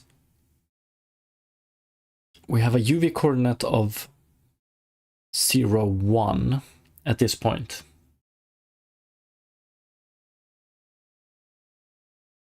So up here, something must happen.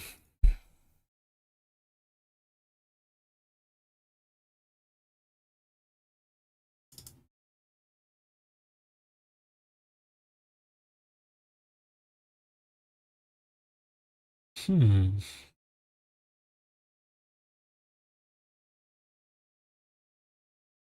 we have on bounds 0.5?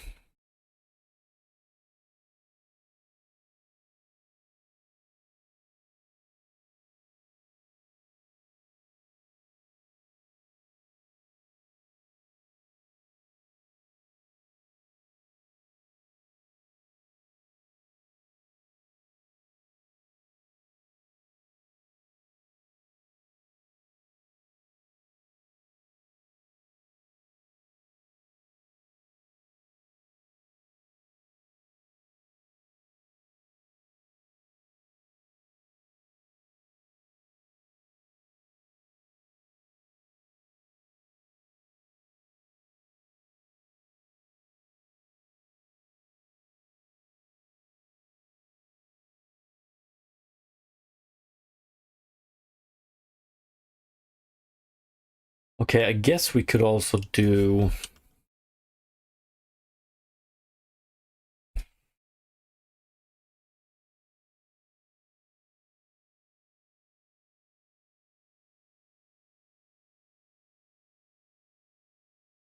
I just want to see what kind of result we get if we don't do 0, 1.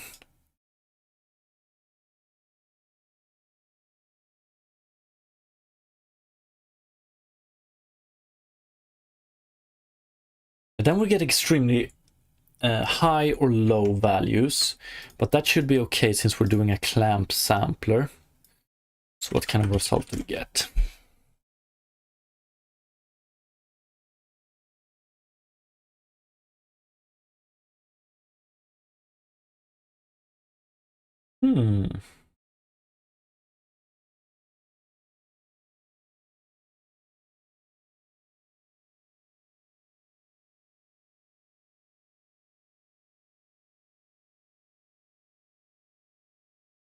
Yeah, fuck, is this a... Aniso... No.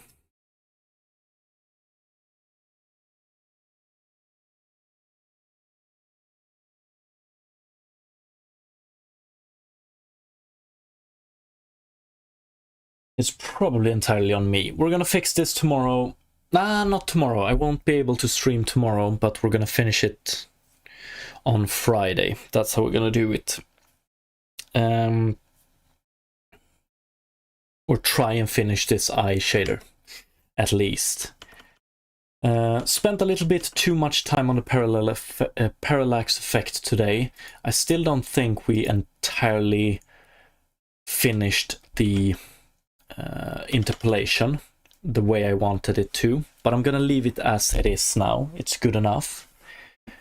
So on Friday we're gonna fix these minor issues, fix the flipping, and then we're gonna start shading the